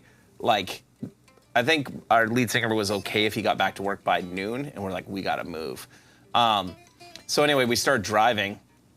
We had just threw all of our gear in the trailer, And like normally we keep guitars and stuff in the van, but we threw everything in the trailer so people could sleep better, right? And I don't know how many people have been through Calgary, but like as you're coming out the number 1, like the Trans-Canada Highway out of Calgary, you go down a big hill and then you come back up as you're going out. So anyway, I was like, hey, we should stop and get fuel because it's a long ways to Medicine Hat, especially when you're pulling a trailer with a really shitty old Ford Econoline. And 350. Yeah. Yeah. And we That's what we had too. we get with the dual tanks that you could like switch it to. We called it Kevin from The Office because it had this weird bumper and like it was really smushed in the front. So I don't know why. I don't think I should say on the stream what we called our van. Let's just say it had a lot to do with Stubbs' mom. Okay, understood. So, I've never met her, but I'm assuming it's a joke at his expense. Oh, it is 100%. We also referred to Alex as Cheryl most of the time that he was in the band. Correct. Also, Not Joey? no, he tried that after. That was when he was in Hundredfold. He had the Cheryl haircut for sure. So he did. He looked like a Cheryl. Like if you saw him from and like Alex has always had like a baby face and like. Yeah. I love Alex so much. Manny can confirm that. So anyway, as we stopped to get fuel, and I was like, I should just double check the trailer. I go and look, and somebody forgot to close the roll-up door. All of our gear, like my guitars were hanging, like just sitting in the back, and I'm like, we went up and down that hill, and I'm like, both of my guitars are here, my pedal board's here, Stubbs' guitars are here, close. like good enough. I don't care if we lost his pedal board, but like we have everything else. Yeah, but I mean, you learn a lot. I mean, I've been bugging Luke now that he needs to start a band because like you learn a lot. You do. Going and just like playing all these shit. bullshit venues and eating shit on the road. I've already got that down, boys. No. Oh no, dude, we don't mean that. You got no idea. I'm bringing pizza pops with me. No, dude. We don't talk about when he says eating shit. He doesn't mean like what you're actually. Oh no, like eating. your life is a pile of shit. Meaning you're showing up somewhere and you're playing for like 6 people, and those 6 people don't want you there. So. Nor does the venue. No. Yeah. We got pretty lucky with that. Like, we did have a buddy who was like fairly in touch with the West Coast scene at the time, booking a lot of our shows. So like even if they were smaller shows, it was at a venue that knew what was up. You know, it wasn't like we showed up to like some restaurant where they're finishing up the senior special and we're setting up 412s. You know, like we did. Well, EFEB played a show at Le Garage Cafe once like that. Oh wow. We showed up. Our buddy was like, "Yeah, we're gonna try doing a metal show there." We're like, "Yeah, you sure?" He's like, "Yeah, cool." And the only 2 dudes that came to the show were Brendan Wall and Chris Ulrich. Nice. Because it was there. Yeah, it was awesome. I luckily the only really bad show I played like that. Again, I had a completely different experience than you or Dorian because I played in the Christian market. So we played a lot of like all ages venues, a lot of churches, halls, like schools, like Youth for Christ, like drop-in centers, like skate parks. There things was like actual that. infrastructure to some degree. Well, and the thing is, like, you have kind of a built-in guaranteed audience because at that time, like, rock music was still a big thing. The idea of seeing a band, a small band even, and having them show up at your place was still, like, a pretty big deal. Totally. So the worst one I had was actually, we showed up to play at the, like, drop-in center in Niverville. And they had like a little skate park, and it was crazy because they asked us really last minute to do this show, and we were already booked to play 2 other shows that night. It was the night of. Do you remember when they used to do all the 30-hour famine things? Yes. So like the schools would do like the all-nighters. So we were doing like, we had to be at like Steinbach SRSS at like 11 o'clock, and then at Oak Park High School at 3 a.m. Yeah. And anyway, we got asked to play this show in Niverville. We show up, and it's us and The Undecided, which for people watching, that's John Paul Peters, who has done a lot of the Comeback Kid records. Anyway, his band. And did Propaganda as well? What's that? Did John Paul do Propaganda? I feel maybe. Like he must have. Yeah, like Cancer Bats, like a lot of great hardcore bands. Anyway, we show up. And there was no one there besides the staff from the drop-in center. and the Undecided. And we played. And Dan played in that band. Yeah. So we played first to literally no one. And then the Undecided played to maybe 6 more people. And I felt horrible because we were like, we can't stay for the Undecided because we have to go to another show. So like we're loading out and taking off. And John and I had like a great laugh about how terrible the show was. But I will say this for everybody that's watching that gets a chance, if that type of thing even still exists. Yeah. After we played that show, I was like, well, that was a complete waste of time. Like 3 days later, the guy who booked us for that show emailed me and was like, hey man, just want to say thank you for coming to do this. And the reason I was having you to come do it, we hadn't promoted it well, we knew that, but I'm bringing 1,000 Foot Crutch into Winnipeg to this other, to another venue. And we mainly just, I had never seen your band, I wanted to see what your show was like. And because we didn't like phone it in, we still played the same show we normally would. I mean, we mostly treated it like rehearsal, right? And just had fun. But but because of that, they booked us to play the 1,000 Foot Crutch show, which like springboarded a lot of things for my band. So going and playing this show that you presume you're kind of eating shit on and it's terrible. You never know who's there. You sell no merch. No. You never know what the opportunity that might come from that is. So, and if we hadn't been willing to go do stuff like that, you know, and I don't have very many horror stories. Like I remember Every New Day having horror stories about like showing up to venues and having them like kick them out after sound check. None of that ever happened to us. Like, no. Yeah. That's a weird one to me because it's like, man, you guys are hosting these shows. Like, I don't know. I think people sometimes, like booking agents would sometimes say like, oh, I got this great band. They're coming in. It's called Every New Day. They don't, you know. They're a Christian band. Well, or like you don't have to pay them. Like they'll come, they'll play for the door. And then they show up and they think that like, oh, maybe it's going to be like just a rock band or a cover band. And then they start playing skate punk and they're like, you get the hell out of here right now. So, yeah, like. Yeah, I've never really had too many of those. Except for La Garage. A Petroleum Canada reported Petroleum Canada exploded. Oh no. Oh man, that's brutal. Yeah. Yeah, man. I think there's like very few experiences that I've done in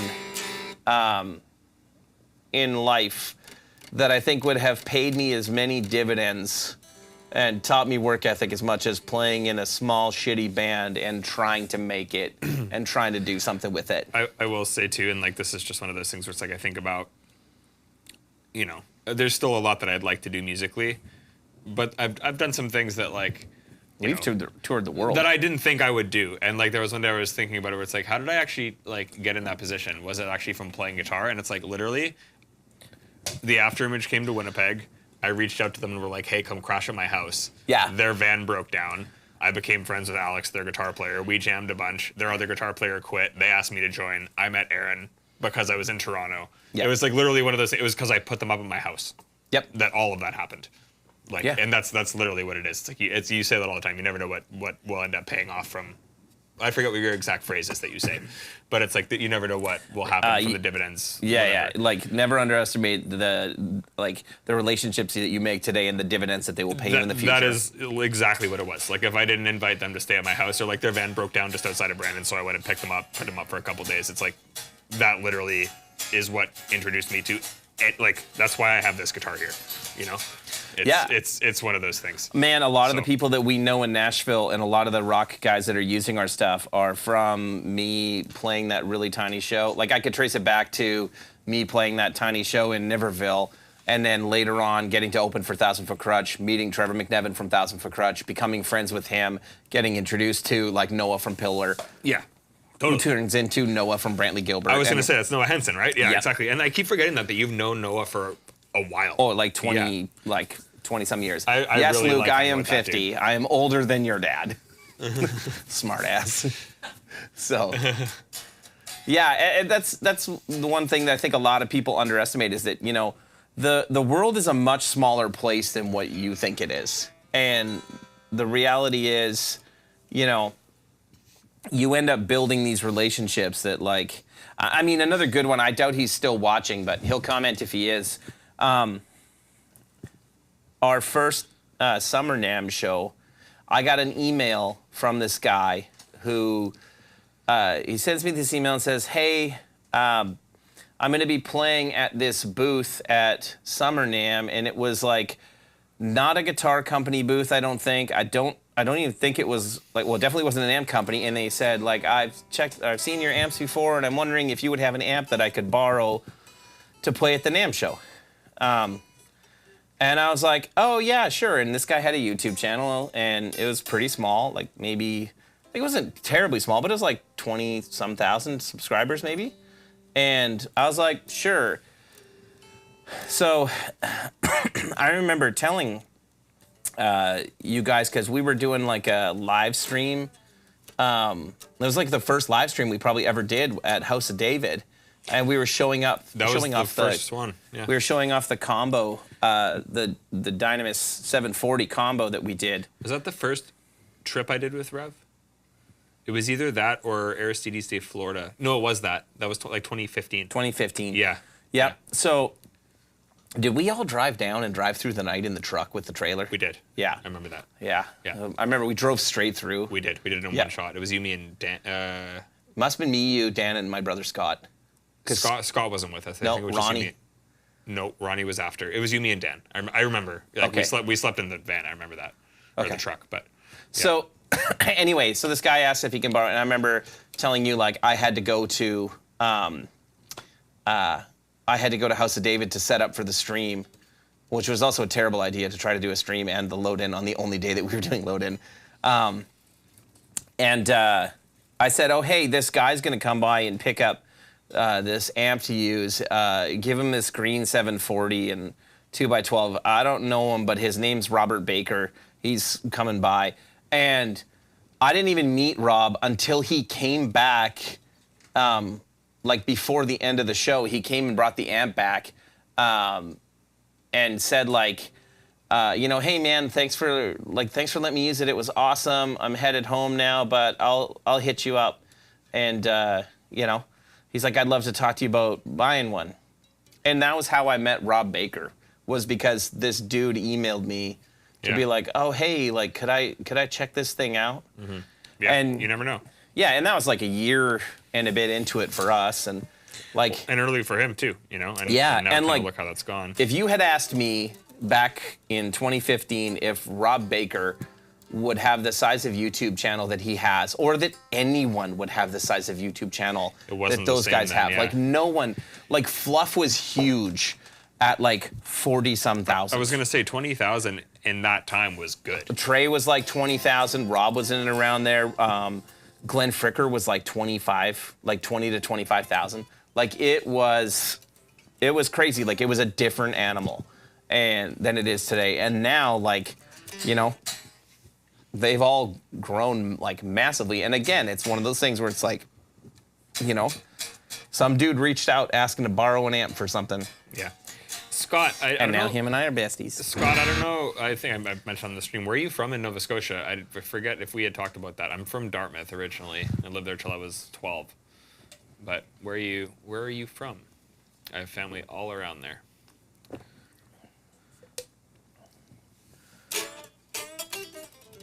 I'm drinking the Lemon Radler this evening now. That's after the Vespa Thieves. The Vespa Thieves. Yeah. Yeah, it's you're just jealous of how many cool cats you get to meet. Yeah, I don't know. I wouldn't be jealous of it. It's just. I mean, it's nice. They are all normal people. They are, and it's nice to be within that circle. But there also is so much that goes into putting yourself into that position. Well, that circle didn't exist when we met those people. No, That's the thing. not at all. Like it all kind of grew simultaneously, like separately, but. Those guys used to stay with us when we would go to the NAMM show. Yeah. Like Rob stayed with us. Let me rephrase that. Did you go the year that Guillaume came to Summer NAMM? Or did you miss the Summer NAMM? 2016 was my first Summer NAMM. Well, that was when like Liam and Jackson and those dudes were there. That was when Ronnie was there. Okay. In that year. I don't have a point of reference before that, but. Okay.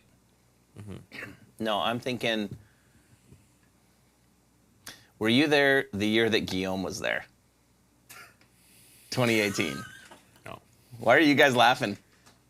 You asked him, and he was like, I don't know. Oh, And then you asked the exact same question sorry. again. Yeah. I did not notice that at all. I don't think so. Was I working with 2 notes? And did we have the G3? Not a summer. Okay. So you missed that year because you were probably on tour. 2018, I for sure was on tour. Actually, yes, I was on tour with Intervals, yeah. Rob was staying with us, and my family was down with us, and I was working with 2 notes, so Guillaume had flown in to come to Nashville and go to Summer NAMM. What's going on, Cody? The traitor is here. Cody's not a traitor. The traitor. Cody's Nice. not a traitor. The last thing I said to him was, "You're dead to me." So anyway, we had 2 rental houses, one that my wife was staying in with the kids, and one that Rev was staying in. And Rob was staying in the Rev rental house, and it was like Liam, Rob, Glenn Fricker, me, oh man, who else? Jason Ross, and then whoever else was there for Rev, who I don't even remember who from the company was there. But what I can tell you is the rental house that Rev had versus the rental house that Heidi had were very different. Oh, yeah. Heidi had a brand new build, not intentionally, just that it just ended up that Heidi ended up with this like really nice brand new build in Nashville and like a few blocks away. So Guillaume and I were all staying in the Rev house, and I think this was the first time that Robert stayed with us, and probably the last, to be honest. So anyway, we go check out the house, and I'm like, oh, I just got to run something over to like the house that Heidi's in. So we drive over to Heidi's house, and Guillaume and I walk in, and it is a like I think it was 3 stories. It was a massive like infill in Nashville. And Guillaume immediately like took like one look in the kitchen and like looks up, and he's like, we are staying here. He's like, we are not staying at that other house. This place is massive. We're not staying with them. I was like, all right. So then I remember going back and telling Rob, I'm like, so I'm actually gonna go stay over here. Yeah, it was very geeky. It was hilarious. Like, Scott, that's cool. I used to go camping in Parsboro when I was a kid. Yeah, I grew up in Dartmouth. I guess close to downtown Dartmouth, like not far from the McDonald Bridge. A little bit west of there. I had some family that lived in Highfield Park, though. That's cool. Maybe at the same time. nice. I've only been to Halifax once. I haven't been to anywhere else in Nova Scotia. It's so sick. Yeah. You know what's not that sick? Going and watch the tide come in or out at the Bay of Fundy. That's It's pretty not cool. cool. Climbing the cliffs there is fun. Did that as Yeah. a kid. My family cabin's around there, like in New Brunswick. Yeah, nice. Haven't been there in I remember a like long time. I remember thinking like, oh, like you'll get to like watch it go out. No, it's and very then I was like, oh, you get to sit here for 3 hours while it inches out. Yeah, no. Yeah.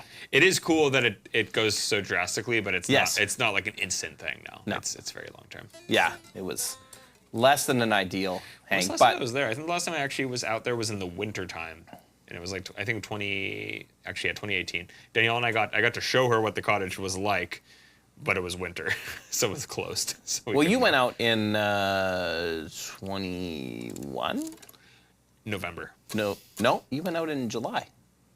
To Maybe not Halifax. to. You went to Halifax, cause. Oh no, I was on tour with Dallas, and we had like a stopover. No, you came home and then went back out because you called me after the tour I because. remember that. Yeah, you had to rip out there for family stuff. I remember that. So Yeah. look at that. I remember when you were there. Oh yes, yeah. Yeah. That was 21. Yeah, I remember that. See, I keep tabs on your life, buddy. Yeah, you just remember those things. You remember those things. Yeah, I remember when you missed work. I remember when you abandoned us for 7 weeks.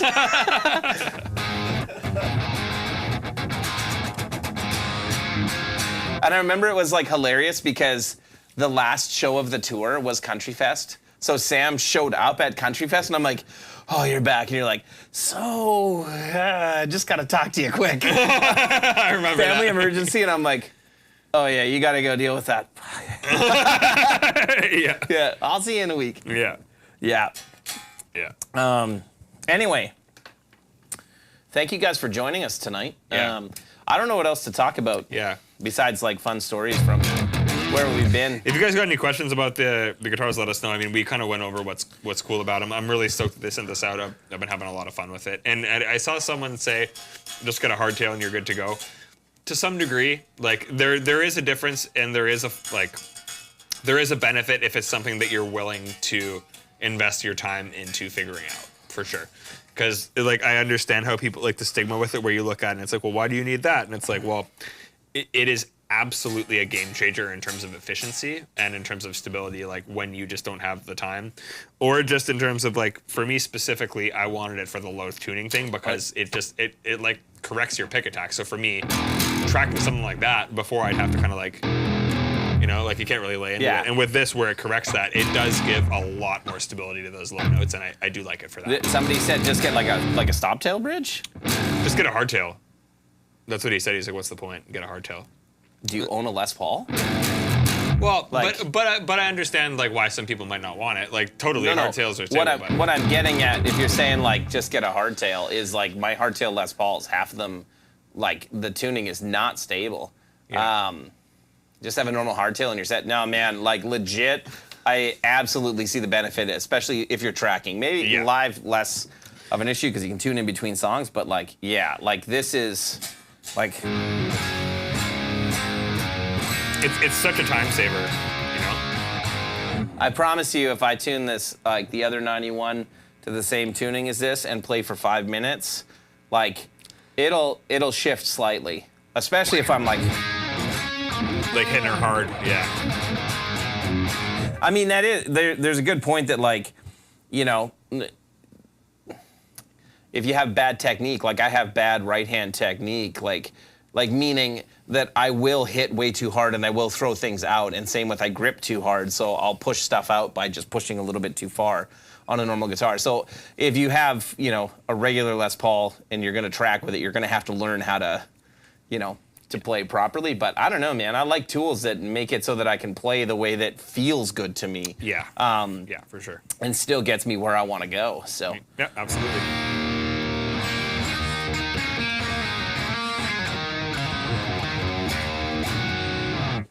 Yeah. Sweet.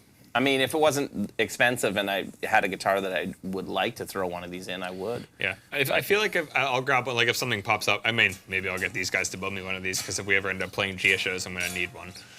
But otherwise, you know, if anything ever were to pop up that seemed appealing, I'd probably go for it. Yeah. Luke says Fiesta. Oh, man, if you get a Fiesta Red.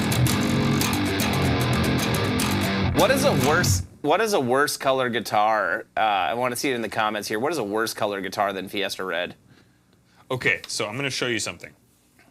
You're going to tell me what you think of this. The Antigua Burst? No. I was just about to say that. No, I'm going to show Guys. him Stringer's Jazzmaster. Oh. Yeah. Oh yeah, wait, Sam, do you like Antigua Burst? What's that? The gross Hold on, yellow. I'll pull it up here. I think your dad's basses are Antigua Burst. Don't tell him what I said. I'm gonna. Oh no. I'm Yeah, gonna his hear it from basses him. are that color, dude. I'm Where is 99% sure. Stringer's post? Hold on. I'm going to find some. Okay.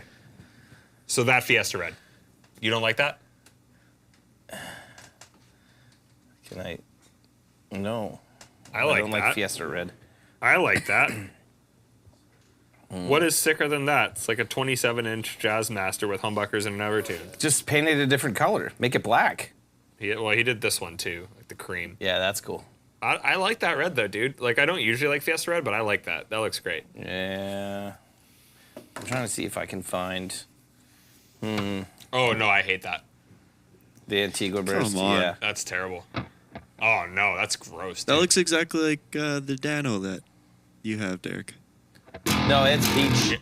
No, it's pretty close that's to not that. No, the same. the it's Dano pretty is close. peach. No, it's pretty close. What?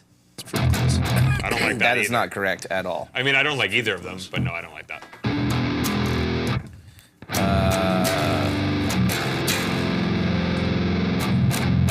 We can't see the comment section there you- for anybody who's responding about the guitars. Oh yeah, he totally has the OG Antigua. You want to see it, Manny? Yeah. Okay. Tim, like from Tremonti. Yeah. Like I get why people like it. It's a look. I just don't like it.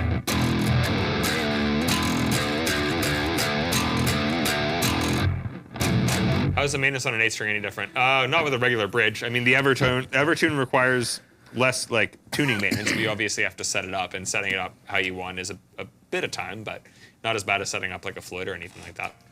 Sonic Blue almost always sucks. How close is Sonic Blue to Daphne Blue. Daphne Blue? Robbie, Very close. Those are fighting words. You probably like Sonic Blue isn't it brighter? No, Sonic Blue is pretty close. It's a little bit more white. Yeah. Yeah. Yeah. Easy. Yeah. Man, look at the people calling out your silver burst there, Luke. Look at those people. Not People. Look at those peoplers. Peoplers. Oh no. No, that's ugly. That's Yeah, bad. silver bursts are all ugly. This one's better I didn't. No, it's green. I didn't mind the Adam Jones that you got. Yep. because it's yellowed. Kevin's selling it. I saw Who is? Kevin, who Bought it? Kevin Nolan, who bought. Oh, he bought it. Yeah. Yeah, I saw it up for sale. No.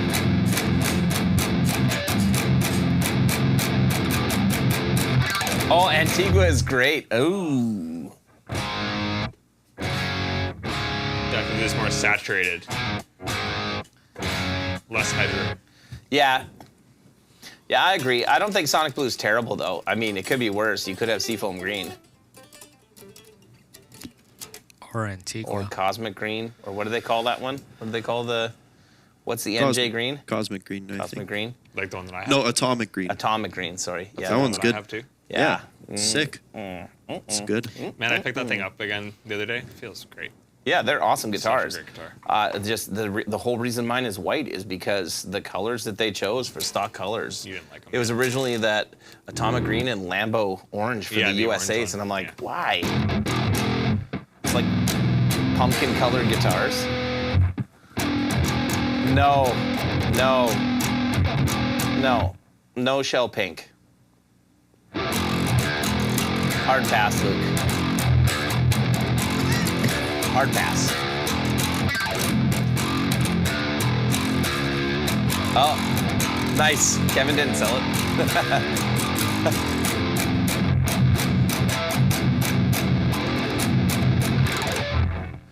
We just agreed that Fender Purple is sick. I don't know what Fender Purple I'm is. trying to figure out what that trick was. No, there's a specific sound that I forget who showed it to me. Maybe one of the North Lane guys. Do like one of those weird, like it's this weird like pick scrape thing by the bridge that just is this. Who can tremolo pick faster? Absolutely Sam. That's not that fast.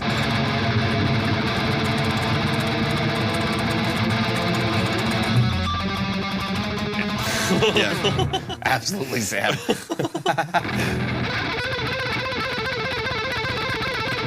That's like the classic like 80s shred DVD. Or sorry.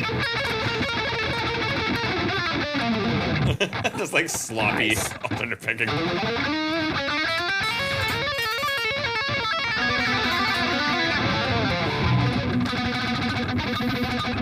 Have you seen that meme where it's like a picture of the Sphinx and it says learns Phrygian scale? It's like that's pretty much what I was just doing.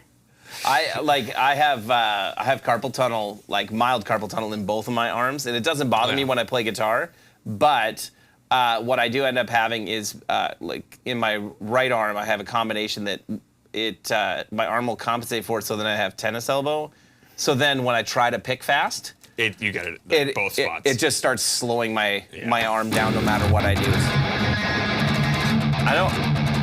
Yeah, there's no way I can do that.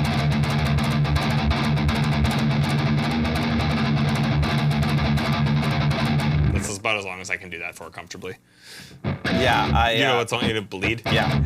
That man, watching them play that live, I was just like, this is absurd. Like, doesn't even look like they're doing anything. It used to drive me nuts when I was in a band with Stobes because I was, this is me being a bit arrogant, but I was always a better guitar player than Stobes.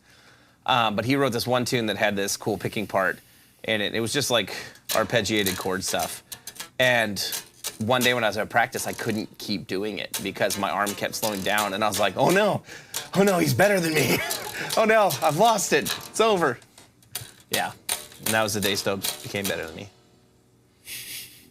Yeah. And then I quit guitar. Quit my band. No. I'm not wearing the shirt tonight, Robbie. Hey, Sammy, look what time it is. It is. What time is it? I don't know. This thing's all messed up, so I don't know. Is it 9:30? Oh, it is. Oh, it is. Oh, man. Oh, we're that far behind on the thing. Wow. Yeah, Okay. that Crazy. thing's lagging. It says we've been live for an hour and 45 minutes. That's crazy. It is. I was 9:30. kind of wondering because when I saw that it said an hour, I'm like, man, there's feels no way it's longer. only been an hour. Yeah. That's okay. Well, it is 9:30. I didn't even realize. See, Robbie, I don't have that bad of a body clock. Yeah. All right. I don't mind selling them, but I can't get into extended guitars. Yeah. That being said, Mateo rules. Or Meshuggah rules. Yeah. I don't. I can't get into them either. Nothing against them. I'm just not built for it. I'm just built for Guns N' Roses, Motley Crue. I do enjoy playing sixes just as much, but obviously, yeah, certain things when you want to go low, you need it. And I think something like this definitely, like, there are a lot of benefits to it, even just in this setting for recording, but I really do see the benefit of this when you're tuning that low. Sure. So, yeah. Yep. Cool. All right, so it's that time. You only played on They there? said you had to play it on this guitar. Yeah. Glizzies. Come on, Luke. He gave me one more shot. We got one more try for it. He's like, I don't want to suffer. Just play.